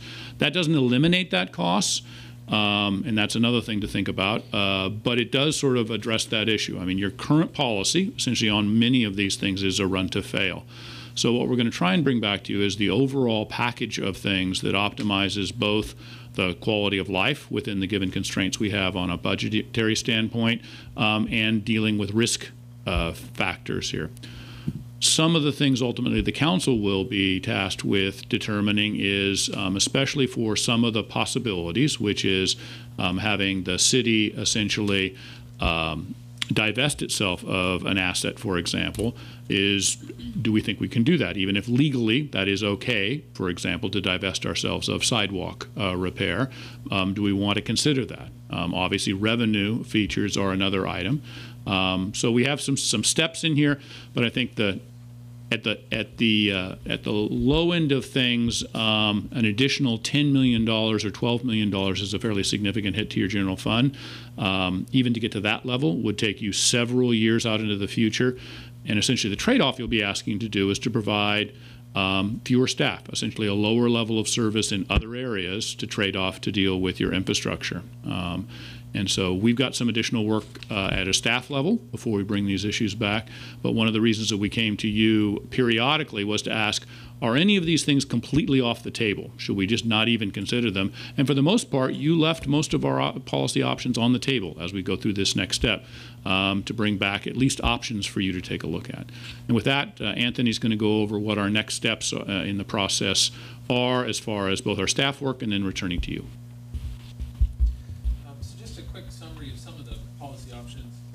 Sorry.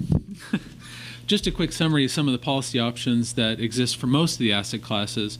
We've talked about divestment or elimination of assets, a reduction in service levels, a shift in responsibility for the assets. So that would be where we shift the responsibility to another agency or to a private party, but we still retain the asset for the use of the public. And then, of course, increased funding is a possibility. Okay. So then the next steps, immediate next step would be policy analysis by the staff and consultant. And the idea here would be to take kind of a multi-pronged approach to looking at these different policies.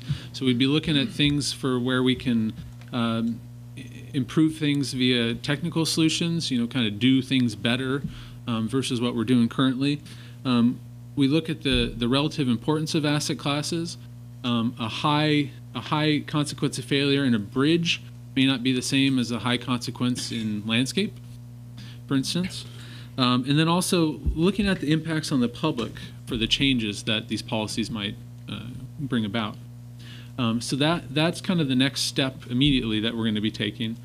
After we have some of these or all of them, then we'll be coming back to the council to get some direction on where to go with those once we have a better handle on the impacts of those policy options. Followed by public education, outreach, and engagement really with the public. So taking some of these options out to the public and understanding their level of comfort, I guess. And then, of course, council direction on those policy decisions themselves. So the recommendation tonight is to ask the council to approve the prioritization methods that we presented, which includes bridges, curbs and gutter, parks and plazas, roadway landscaped areas, trail amenities, and storm drains and channels. That concludes my presentation. Thank you. Thank you. Questions? Vice Mayor?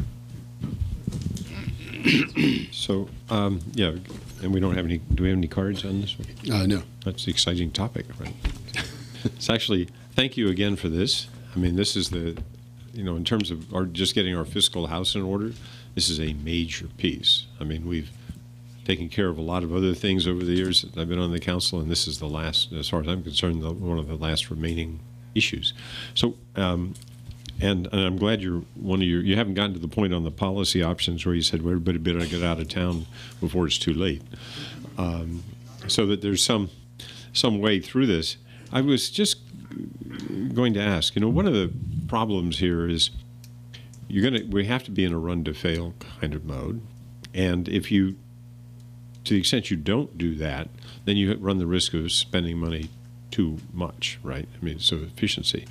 Now, and I know when we first started talking about this a couple of years ago, you had some very sophisticated analysis capabilities. And I was just wondering, taking across all of these things with the consequence and everything else, are you going to be doing some kind of Monte Carlo analysis and kind of saying,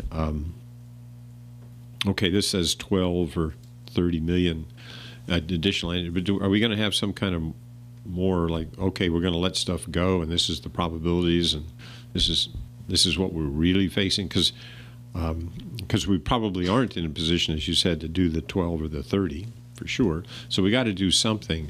So where do we get guidance on when we make those choices? And in particular, are we going to be seeing a fairly sophisticated statistical analysis here? So at this point, we don't have a tool that gives us the same level of sophistication, for example, that we use on some of our utilities, where the pipe is a very clear item that they can run some statistical analysis on. But essentially, our next step is to spend some time and effort trying to do the analysis of really to differentiate these different classes of assets, because intuitively we know, and now we want to add some more analysis behind that. The most obvious one, we've used that example again, is, for example, hypothetically, let's say one of our buildings had a leak in the roof. And it's unusual, but it's certainly possible that something like that would happen. Yeah. And it's those sorts of things that have collateral damage to them. In other words, it's not only the roof now that needs to be repaired. If we let that go on long enough, there's a lot of other damage. So that's one layer of analysis that we're going to do. And as you've heard, in each of these asset classes, there is an actual risk analysis.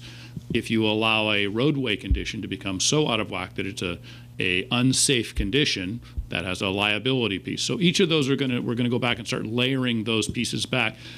It's not going to, in other words, sometimes assigning a number to something gives you a false sense of precision. And so we're trying to avoid a false sense of precision, but we are trying to differentiate these different classes of assets because they are very different from each other. Yeah, for sure, wouldn't want that false sense of precision, but I was just wondering, we're going to have to come to a number bigger than 0. Yes. Okay, and so we're going to need some kind of qualitative, quantitative swag at this. And I guess what I'm really saying is I would appreciate, as you begin to develop how you're going to think about this, that there are some intermediate check-ins so that we can collectively think about it. Oh, the great news is you have at least 2 or 3 fairly long sessions ahead of you at various stages of this, where we let you into some of the thinking initially and see whether you will think that's a great way to approach it, then go crank some numbers, come back. So yes, while we're very proud of the very initial work we've done, it is just that. We are at the very front end. Councilmember Cooper? How closely, if we have been working with LARPD to perhaps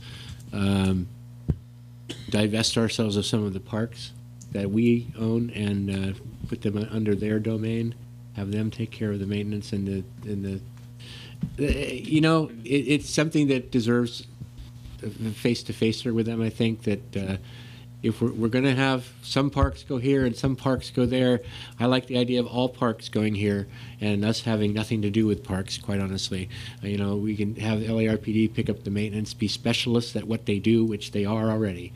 And rather than us, it also keeps us out of the financial mess that we could get into there. So yeah, I have gotten into it. So far, we have not included them in a divestiture conversation, but I think that's it. Well, I know the answer you'll get. Yeah. However, it's there's a way to do it, I think, that has to be undertaken. As the city continues to grow, so does the asset base for the organization, and they have to be able to take on more of this, I think. I think we have to consider ourselves that we have a park district, and we need to utilize them more for some of these areas.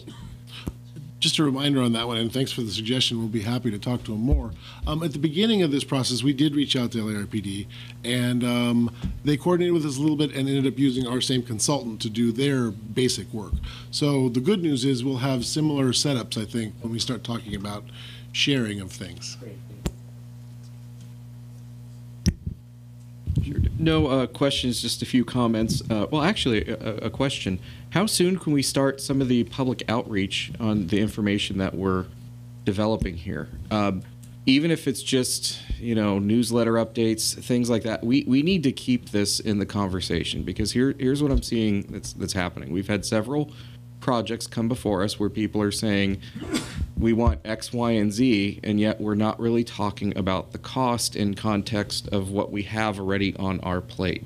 And this is, I would never be an advocate for dropping anything off the list. That was one of the reasons why we started this, is to pull our head out of the sand and to get a good grip on what's going on so we can prioritize our very limited funding. And we've had several major projects come up where it's like, okay, well, we want to add more of X, Y, and Z when we can't maintain what we already have. So I have no problem if that's what the public wants. That's, what we'll do. But at the same time, I want to make sure everybody is very well informed as to what the situation is and that we don't have an infinite pot of money to maintain more and more within the city. So any kind of public outreach light version that we can do, because sure enough, we're going to have articles in the paper about downtown, far more often than we will ever about this topic.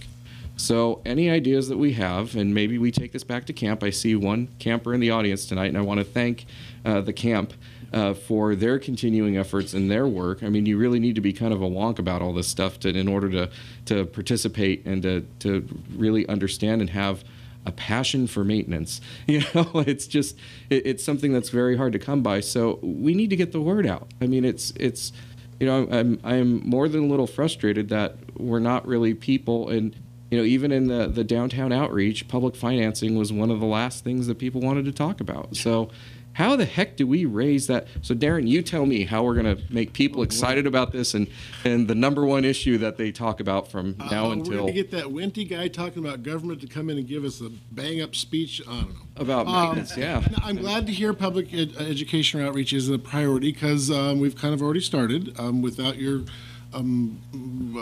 direction, I guess. The camp that you mentioned has already been at the farmers market one day doing outreach on their own because, not on their own, we sponsored it. But I think those folks are really gung-ho to talk about what they've been doing, wonky or not. Don't disparage them that way. No, I take that as I issue that as a compliment. I figured you did.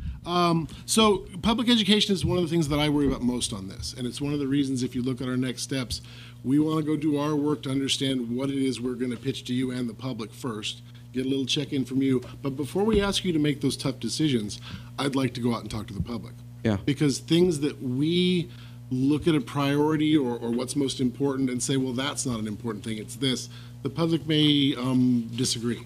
So I think it's important to get that out. So starting here pretty soon after we have our staff meetings and come do one more check-in with you guys on, do you still want all these things on the table that we've presented once and you've kind of nodded? Yeah. So we'll come back more that when we think about the impacts of those policy options or management options, and we may come point you to some of those. For example, pavement. One of the prioritizations we did with pavement does a lot of work on on arterial and collector streets, but not much focus on residential. So when we think through what that's going to look like in a period of time and come back and tell you, you may decide, well, maybe that's not the way we want to go. So once we have one more chance for you to say yes or no on these, then we'll go out and hit it hard with the public in any venue you can imagine, I would think. Yeah, and it's frustrating to me because everything is fine until it fails, and then people expect government to swoop in and just fix it immediately. And some of the issues you brought up, pavement management, there are real implications to that. There are, damages to cars. It's our quality of life. It's property values. I mean, we're talking about maintaining your community, and if we can't maintain your community, that's a basic that's a basic failure on our part not to at least notify the public that we do have an issue in some of these areas, and that it's up to them to tell us what their priorities are. So it's just in the general context of things, I always like beating the O&M drum on everything that we're doing. I noticed you had with going to storm drains, the 48 inches and above, and the trash capture devices. And people need to realize we're installing trash capture devices all over town because of Regional Water Quality Control Board regulations. Mm-hmm. So, I mean, that's just something, spending several million on that people just are kind of, you're never going to see it, you're never going to notice it, but it's a huge impact to the city. So, I don't know. I am glad we're doing this. I think a lot of communities just want to kind of pretend that everything, don't look behind the curtain. Everything's fine. Let's just polish things up and, pretend that we're okay. But I'm glad we're actually tackling this. And I do, agree that it's one of the better things that we've done is actually directing and going to this level of, I haven't seen a community go to this level of detail with a total asset management program. So we need to continue what we're doing. So thank you. One of our challenges, Councilmember Spadowski, is the fact that if you're a member of the public who lives here, you look out, you'd say, it looks pretty good. And the one thing normal people don't stop and think about is the percentage of our city that's been built in the last 50 years. More than 80% of our assets have been dedicated to the public in the last 50 years. That means for a lot of stuff, they're going through their life cycle the very first time. We're essentially living off the borrowed time of something that was built by, somebody's house developer, a half a century ago. As those things actually run through their normal life cycle, and as the community, as a percentage of new development slows, that's going to shift. And that's the piece, and I think the fact that we are 10 or 20 years, out in front of the thing crashing is much better than being, waking up one day and kind of going, wow, everything's broken. I mean, I don't think that's where anybody wants to be. With our outreach, I think it is, we're already beginning that piece, and I think on some of the stuff, the simple how much stuff we own, what it costs, what we're spending on maintenance, I think those are some basic facts we can get out and sort of note there's a shortfall. Then once you guys weigh back in after we've done some more analysis here, we can start to test some of the very specifics of how we might approach this and see if there is support for those things. So I've got another comment along those lines. I mean, when we first started doing this, we just had sort of the book depreciation. And what do we got? 2.2 billion of stuff. They say book depreciation, X percent of that, and you get into $100 million real fast, right? And then you just throw up your hands and say, oh, forget it. But what's going on here now is with this more discerning analysis, we're actually getting into a range where we can be making meaningful decisions. And we know we have to spend a little bit more. We're not going to spend $100 million more per year, but we can spend a few more million a year, possibly, and well targeted. And this is what this allows us to do. Do you agree with that one? Is it? And that's the point of this. Yes, we as a staff will bring back a range of additional resources to put toward this on an annual basis. But I think as you look through the list, you see that there are some areas which are very large shortfalls, and then there's a number of areas which are relatively modest. And so, on the one hand, you can take a look, and some of those areas, it might just be spending another $50,000 a year on something. Okay, that's within our ability. Spending another $10 million on something, we're going to take a whole lot of look at policy options, different ways to do things, how we actually monitor that, how we run that to fail. But you're right. We're from the level of just saying there's no possible way to make an impact here, I think, to a way where with some appropriate policies, with some appropriate prioritization, perhaps with some additional revenue that's relatively modest, you could ultimately make a difference, an impact on the quality of life 20 years from now. Right, and if we go back to the policy option page here, and it's kind of in these, but more explicitly, I mean, what we've talked, you just reminded me, what we've talked about is that there are certain assets that we could spend all the available money in, and they're still not going to be good enough. And so some of those have to be let go to some extent. The service goes down, and then we are going to have to look for other sources of funding for those. But those that will take a relatively modest amount of money to fix, we should fix. Because if we put it all towards the one that eats the whole budget, I mean, then we got nothing. Mm-hmm. Any other comments, questions? One of the ones that really got my attention was page 109, where it said, utilize this approach, the city would spend or set aside an average of $1.2 million per year, compared to the current practice of expending an average of $10,000 to $20,000 per year. So we're talking multiple orders of magnitude of impact here. So certainly it's an exercise that's worthwhile if we to extend the life of these assets. One of the things that I noticed in the fiscal information is it shows the value of all the assets, but I noticed, and it's probably coming out of a different fund somewhere, but it's all basically the general fund, are vehicles. Fire engines, dump trucks, bulldozers, some big ticket items like that. And those aren't listed among the assets, but those are things that we will eventually have to replace. Yeah. So they're not included in this analysis, but we do have a fleet management or fleet replacement program where we do actually do this exact exercise, where we look at the lifespan and we look at and we put away money every year to try It's to. just on a smaller scale. Yeah, it's more on the order of $2 or $3 million. As opposed to hundreds of millions. Right. Yeah. Okay. Per year. Talking about the channels, the storm drains, and the like. Obviously, we share some of those channels with Zone 7. And how do we, the Arroyo Mocho, for example, that trail failed. And how do we determine who's responsible for what part of those that infrastructure? Yeah, basically by ownership. There are certain sections that the city owns and the Zone 7 owns. There are some that are private. I imagine on channels, that's one of the things we're going to look at very hard, is divesting some of those. Past discussions have always kind of stalled on improving the channel to a Zone 7 standard. Well, that we've kind of gotten away from that because you can't channelize every section and build roads on both sides like they used to want. It just takes one good flood to wipe does, that out. and one of the things Anthony mentioned, the channels themselves, the most of the costs in the asset management program now, if it's a channelized section or a culverted section or a concrete hardened section, the cost for the replacement of the concrete are in there. But for the natural channels, there's no money in there for replacing the whole channel because in theory you wouldn't have to do that. But there are going to be expenditures that are needed, as we saw with the floods last year. So one of the things we'll look at there is if there are things that need to be hardened or protected ahead of time, those might be projects that would be added to that total at a later date. Okay. Any further questions, comments? Okay. We do have a motion to approve the report and accept the prioritization methods to this point. Moved by the Vice Mayor. Second by Councilmember Carling.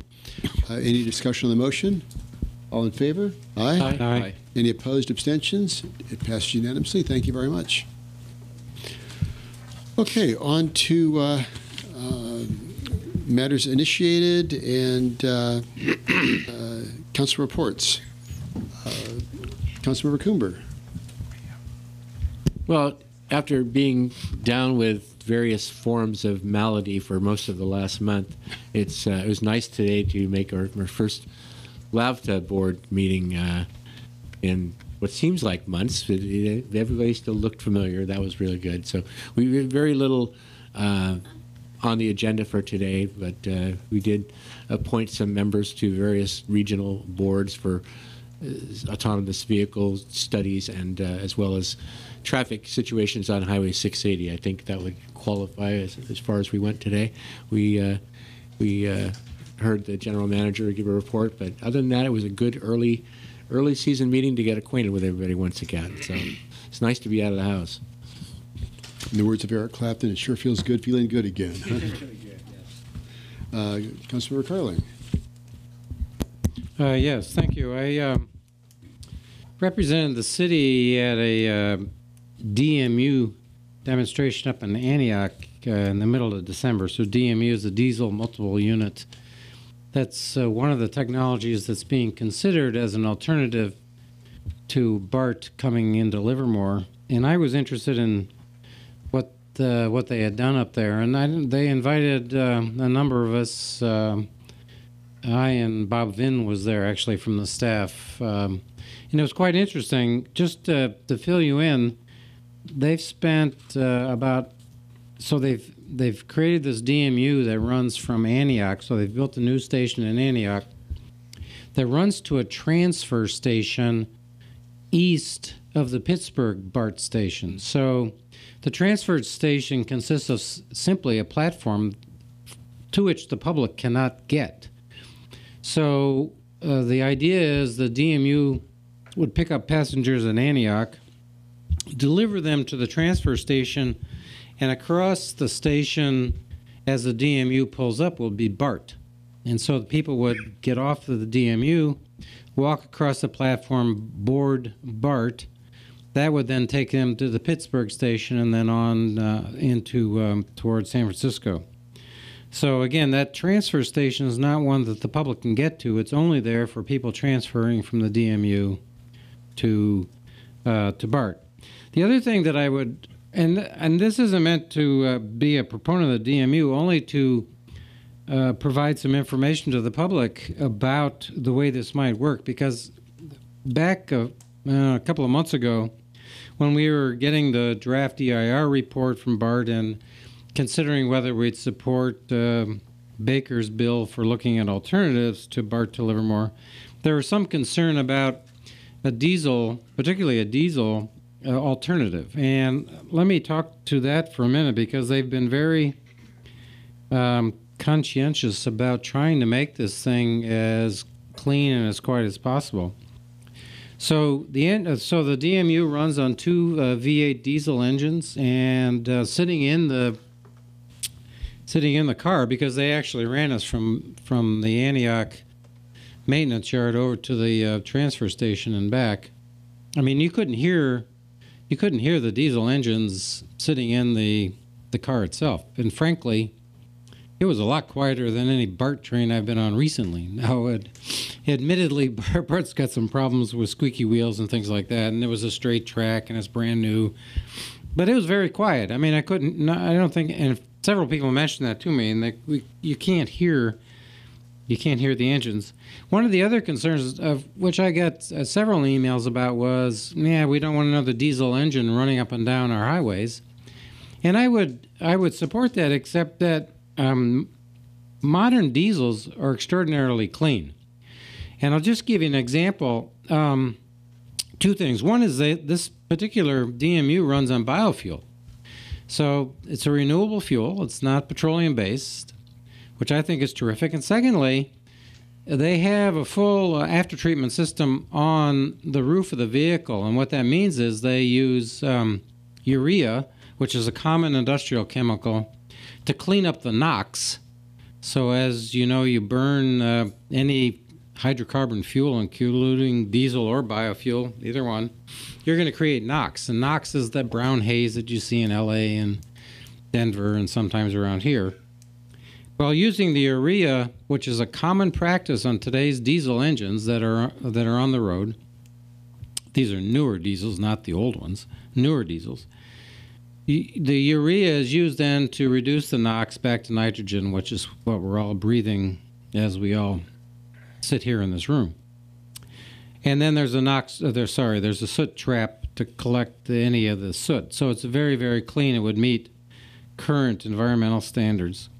So I was quite impressed. I mean, I'm not suggesting that I favor one technology over another. It's just I wanted to alert the public that there is this alternative. I don't think it's as evil and as detrimental to the public and to the environment as some people may think. And I do think it's worth looking at. I mean, their estimate for this technology over BART to Antioch was saving $500 million or thereabouts. Now, I'm not sure that would transfer to what we would expect here, but it was a significant savings for that particular line up in the North Bay. So I thought it was an interesting opportunity. I was glad I went up there. Like I said, there were about 30 or 40 people, public officials from throughout Alameda County, there to take advantage of the demonstration and hear about the technology. So thank you. And let me just say that you worked on a lot of those improvements to make clean diesel at the Combustion Research Facility at Sandia. Yeah, right. So you might have recognized some of them. I did, yes. Very good. Thank you. Councilmember Spadowski. Sure. Just adding to Councilmember Carling's comments about the DMU. The Regional Rail Group, which is a JPA, will be meeting as the formal JPA in a few weeks. The initial cost estimates, some of the rough cost estimates were calculated at the same price that you could do the 5-mile full BART extension to Isabel. You could do the DMU or EMU extension all the way out to Tracy, day one. So that's something that group will be looking at. I share your opinion about clean diesel. I worked on clean diesel issues as a transit planner at Wheels. It's very exciting. The technology's out there, but the cost for the electric units it wasn't prohibitively more expensive than the diesel, and you do get some speed advantages. So that's all I'd want to say on that issue. The two items that I have to report out, I had a great holiday break, didn't have really any meetings until today. This afternoon, the TVTC, the Tri-Valley Transportation Commission, I had a finance committee meeting where we received our audit, and it looks like we passed with flying colors. And also at the next TVTC meeting, there will be a recommendation to approve the final phase of Highway 4. So that would be, I believe, Pigeon Pass to 680, and that will be increasing the final stretch from 2 lanes to 4 lanes. So those of you that use 84, right now we have one 4-lane extension going in by Concannon. Once that's complete, the final extension will be the Pigeon Pass to 680, and we'll have the entire stretch at 4 lanes. I see Sherry's smiling. We all should be smiling because that'll be a great improvement for everybody. The other meeting, and Councilmember Coomer mentioned it, the LAVTA meeting earlier, we did have a discussion about the depot. Those of you that have driven by the depot, there's a roof, which is great. I think an update maybe to LAVTA from city staff and all those involved on the interior would be a great opportunity for the city to update the LAVTA board on what the plans are, what the current status is with the interior. We're all concerned that we want to make sure that it's very well done and true to the nature of the depot. So a preview of that would be great. I know people have been coming out of the woodwork with original ticket windows and doors and things like that. So that's great if we can incorporate all that into it. There are 2 items that I'd like to speak to under matters initiated. One is at some point in the near future, one of our goals and priorities under disaster preparedness and public safety is traffic behavior enforcement. I would like an update on what we're doing for that goal, specifically for local traffic issues and other issues on a more local level. I feel that we've been focused on a lot of regional level issues lately, BART and other issues, but more local traffic control, what we're doing for speeding and cut through streets. I've heard from some unincorporated residents that a lot of the unincorporated roads are being used for cut through purposes now. Maybe during that discussion we could talk about possibly a citizens traffic advisory committee. I have experience with those, and I feel that they're extremely valuable to run certain traffic measures by a citizens group. So that would be great if we can have that discussion in the near future. So that would be one matter initiated. I don't know if I have any nodding or heads on that. Okay. And the second one, Mr. Rainey brought it up earlier about resolution, the CPUC resolution E 4907. That was on my list of items to bring up. So I thank Mr. Rainey for really highlighting that issue and how it meets our goals. I know we have Donna here tonight, and if it meets our legislative platform, and I believe it does, if we can get a letter by the end of the comment period from the city. I don't know if there's any opinion on that. I do believe it's a local control issue. I am concerned that it looks like certain state agencies are trying to restrict what local agencies can do. It doesn't necessarily affect us now because we're well underway with our community choice energy, but it just, I don't like the precedent being set of losing local control over an issue like this. So if staff concurs that it meets the goals, it would be nice to get that letter out.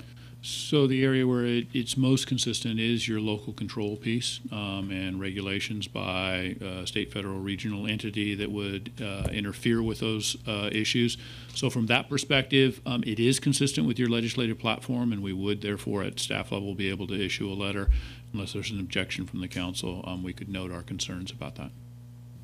And with that, I fired off a thing to you over the weekend on that. You did, and so from that perspective, we will go ahead and draft a letter based on our legislative platform, and you'll get a copy of it. Okay, great. I think it's important because as more and more community choice energy programs are forming, roadblocks are being thrown up left and right, and it's just something that I think each community should discuss and decide on like we did, and not have that legislative blocking occur. So thank you. That's it. Vice Mayor Warner. So one meeting to report on and one matters initiated.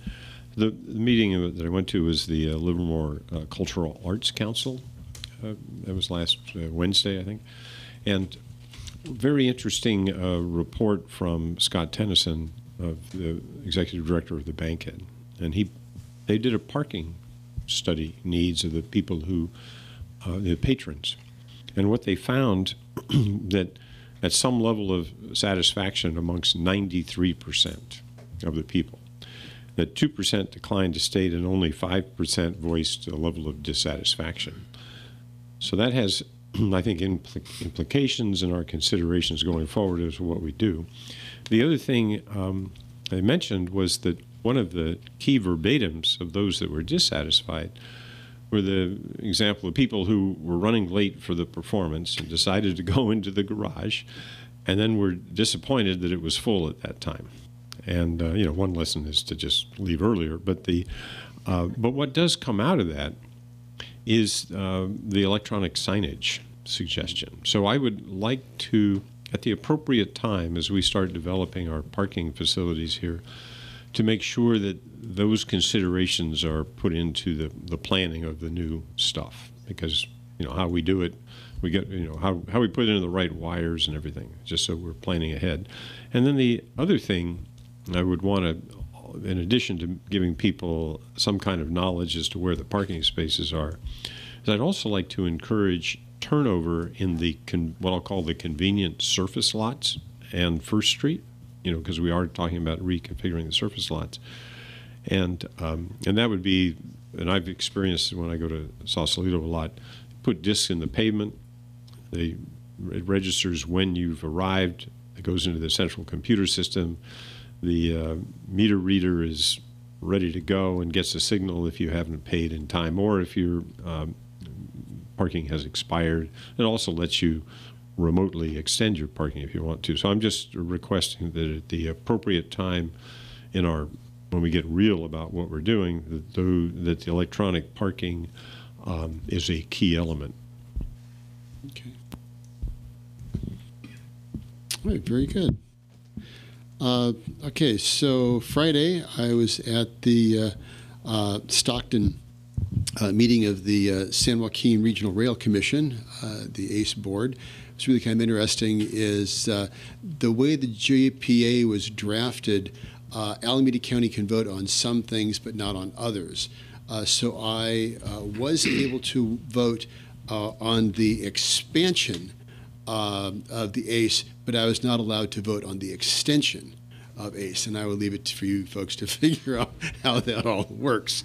But some of it was related to AB 132 and the extension from Stockton up to Sacramento, which is about 5% of the workforce. And I was surprised to find out that 70% of the workforce from Tracy drives west over the Altamont to job centers. That's pretty stunning. That's the part of the impact that we get here. So when you hear people complaining about the development in Livermore and all the traffic that's generating, the traffic is coming from over the hill, from the tens of thousands of homes being built over there, and we need to figure out what we're going to do about our corridor here. The AB 758 appointment from that commission is Leo Zuber. So he will be attending the 758 meetings. Today, I was at the Alameda County Transportation Commission. We had two meetings, one on the 580 Express Lane update. There have been, in fiscal year 17-18, 3.4 million trips in the express lanes with a range of $9 to $12 as the peak toll. And the difference is as much as 23 miles per hour between the toll lanes and the regular general purpose lanes. So they do work. At the Planning Policy and Legislative Committee, we had an update on the SB1 repeal.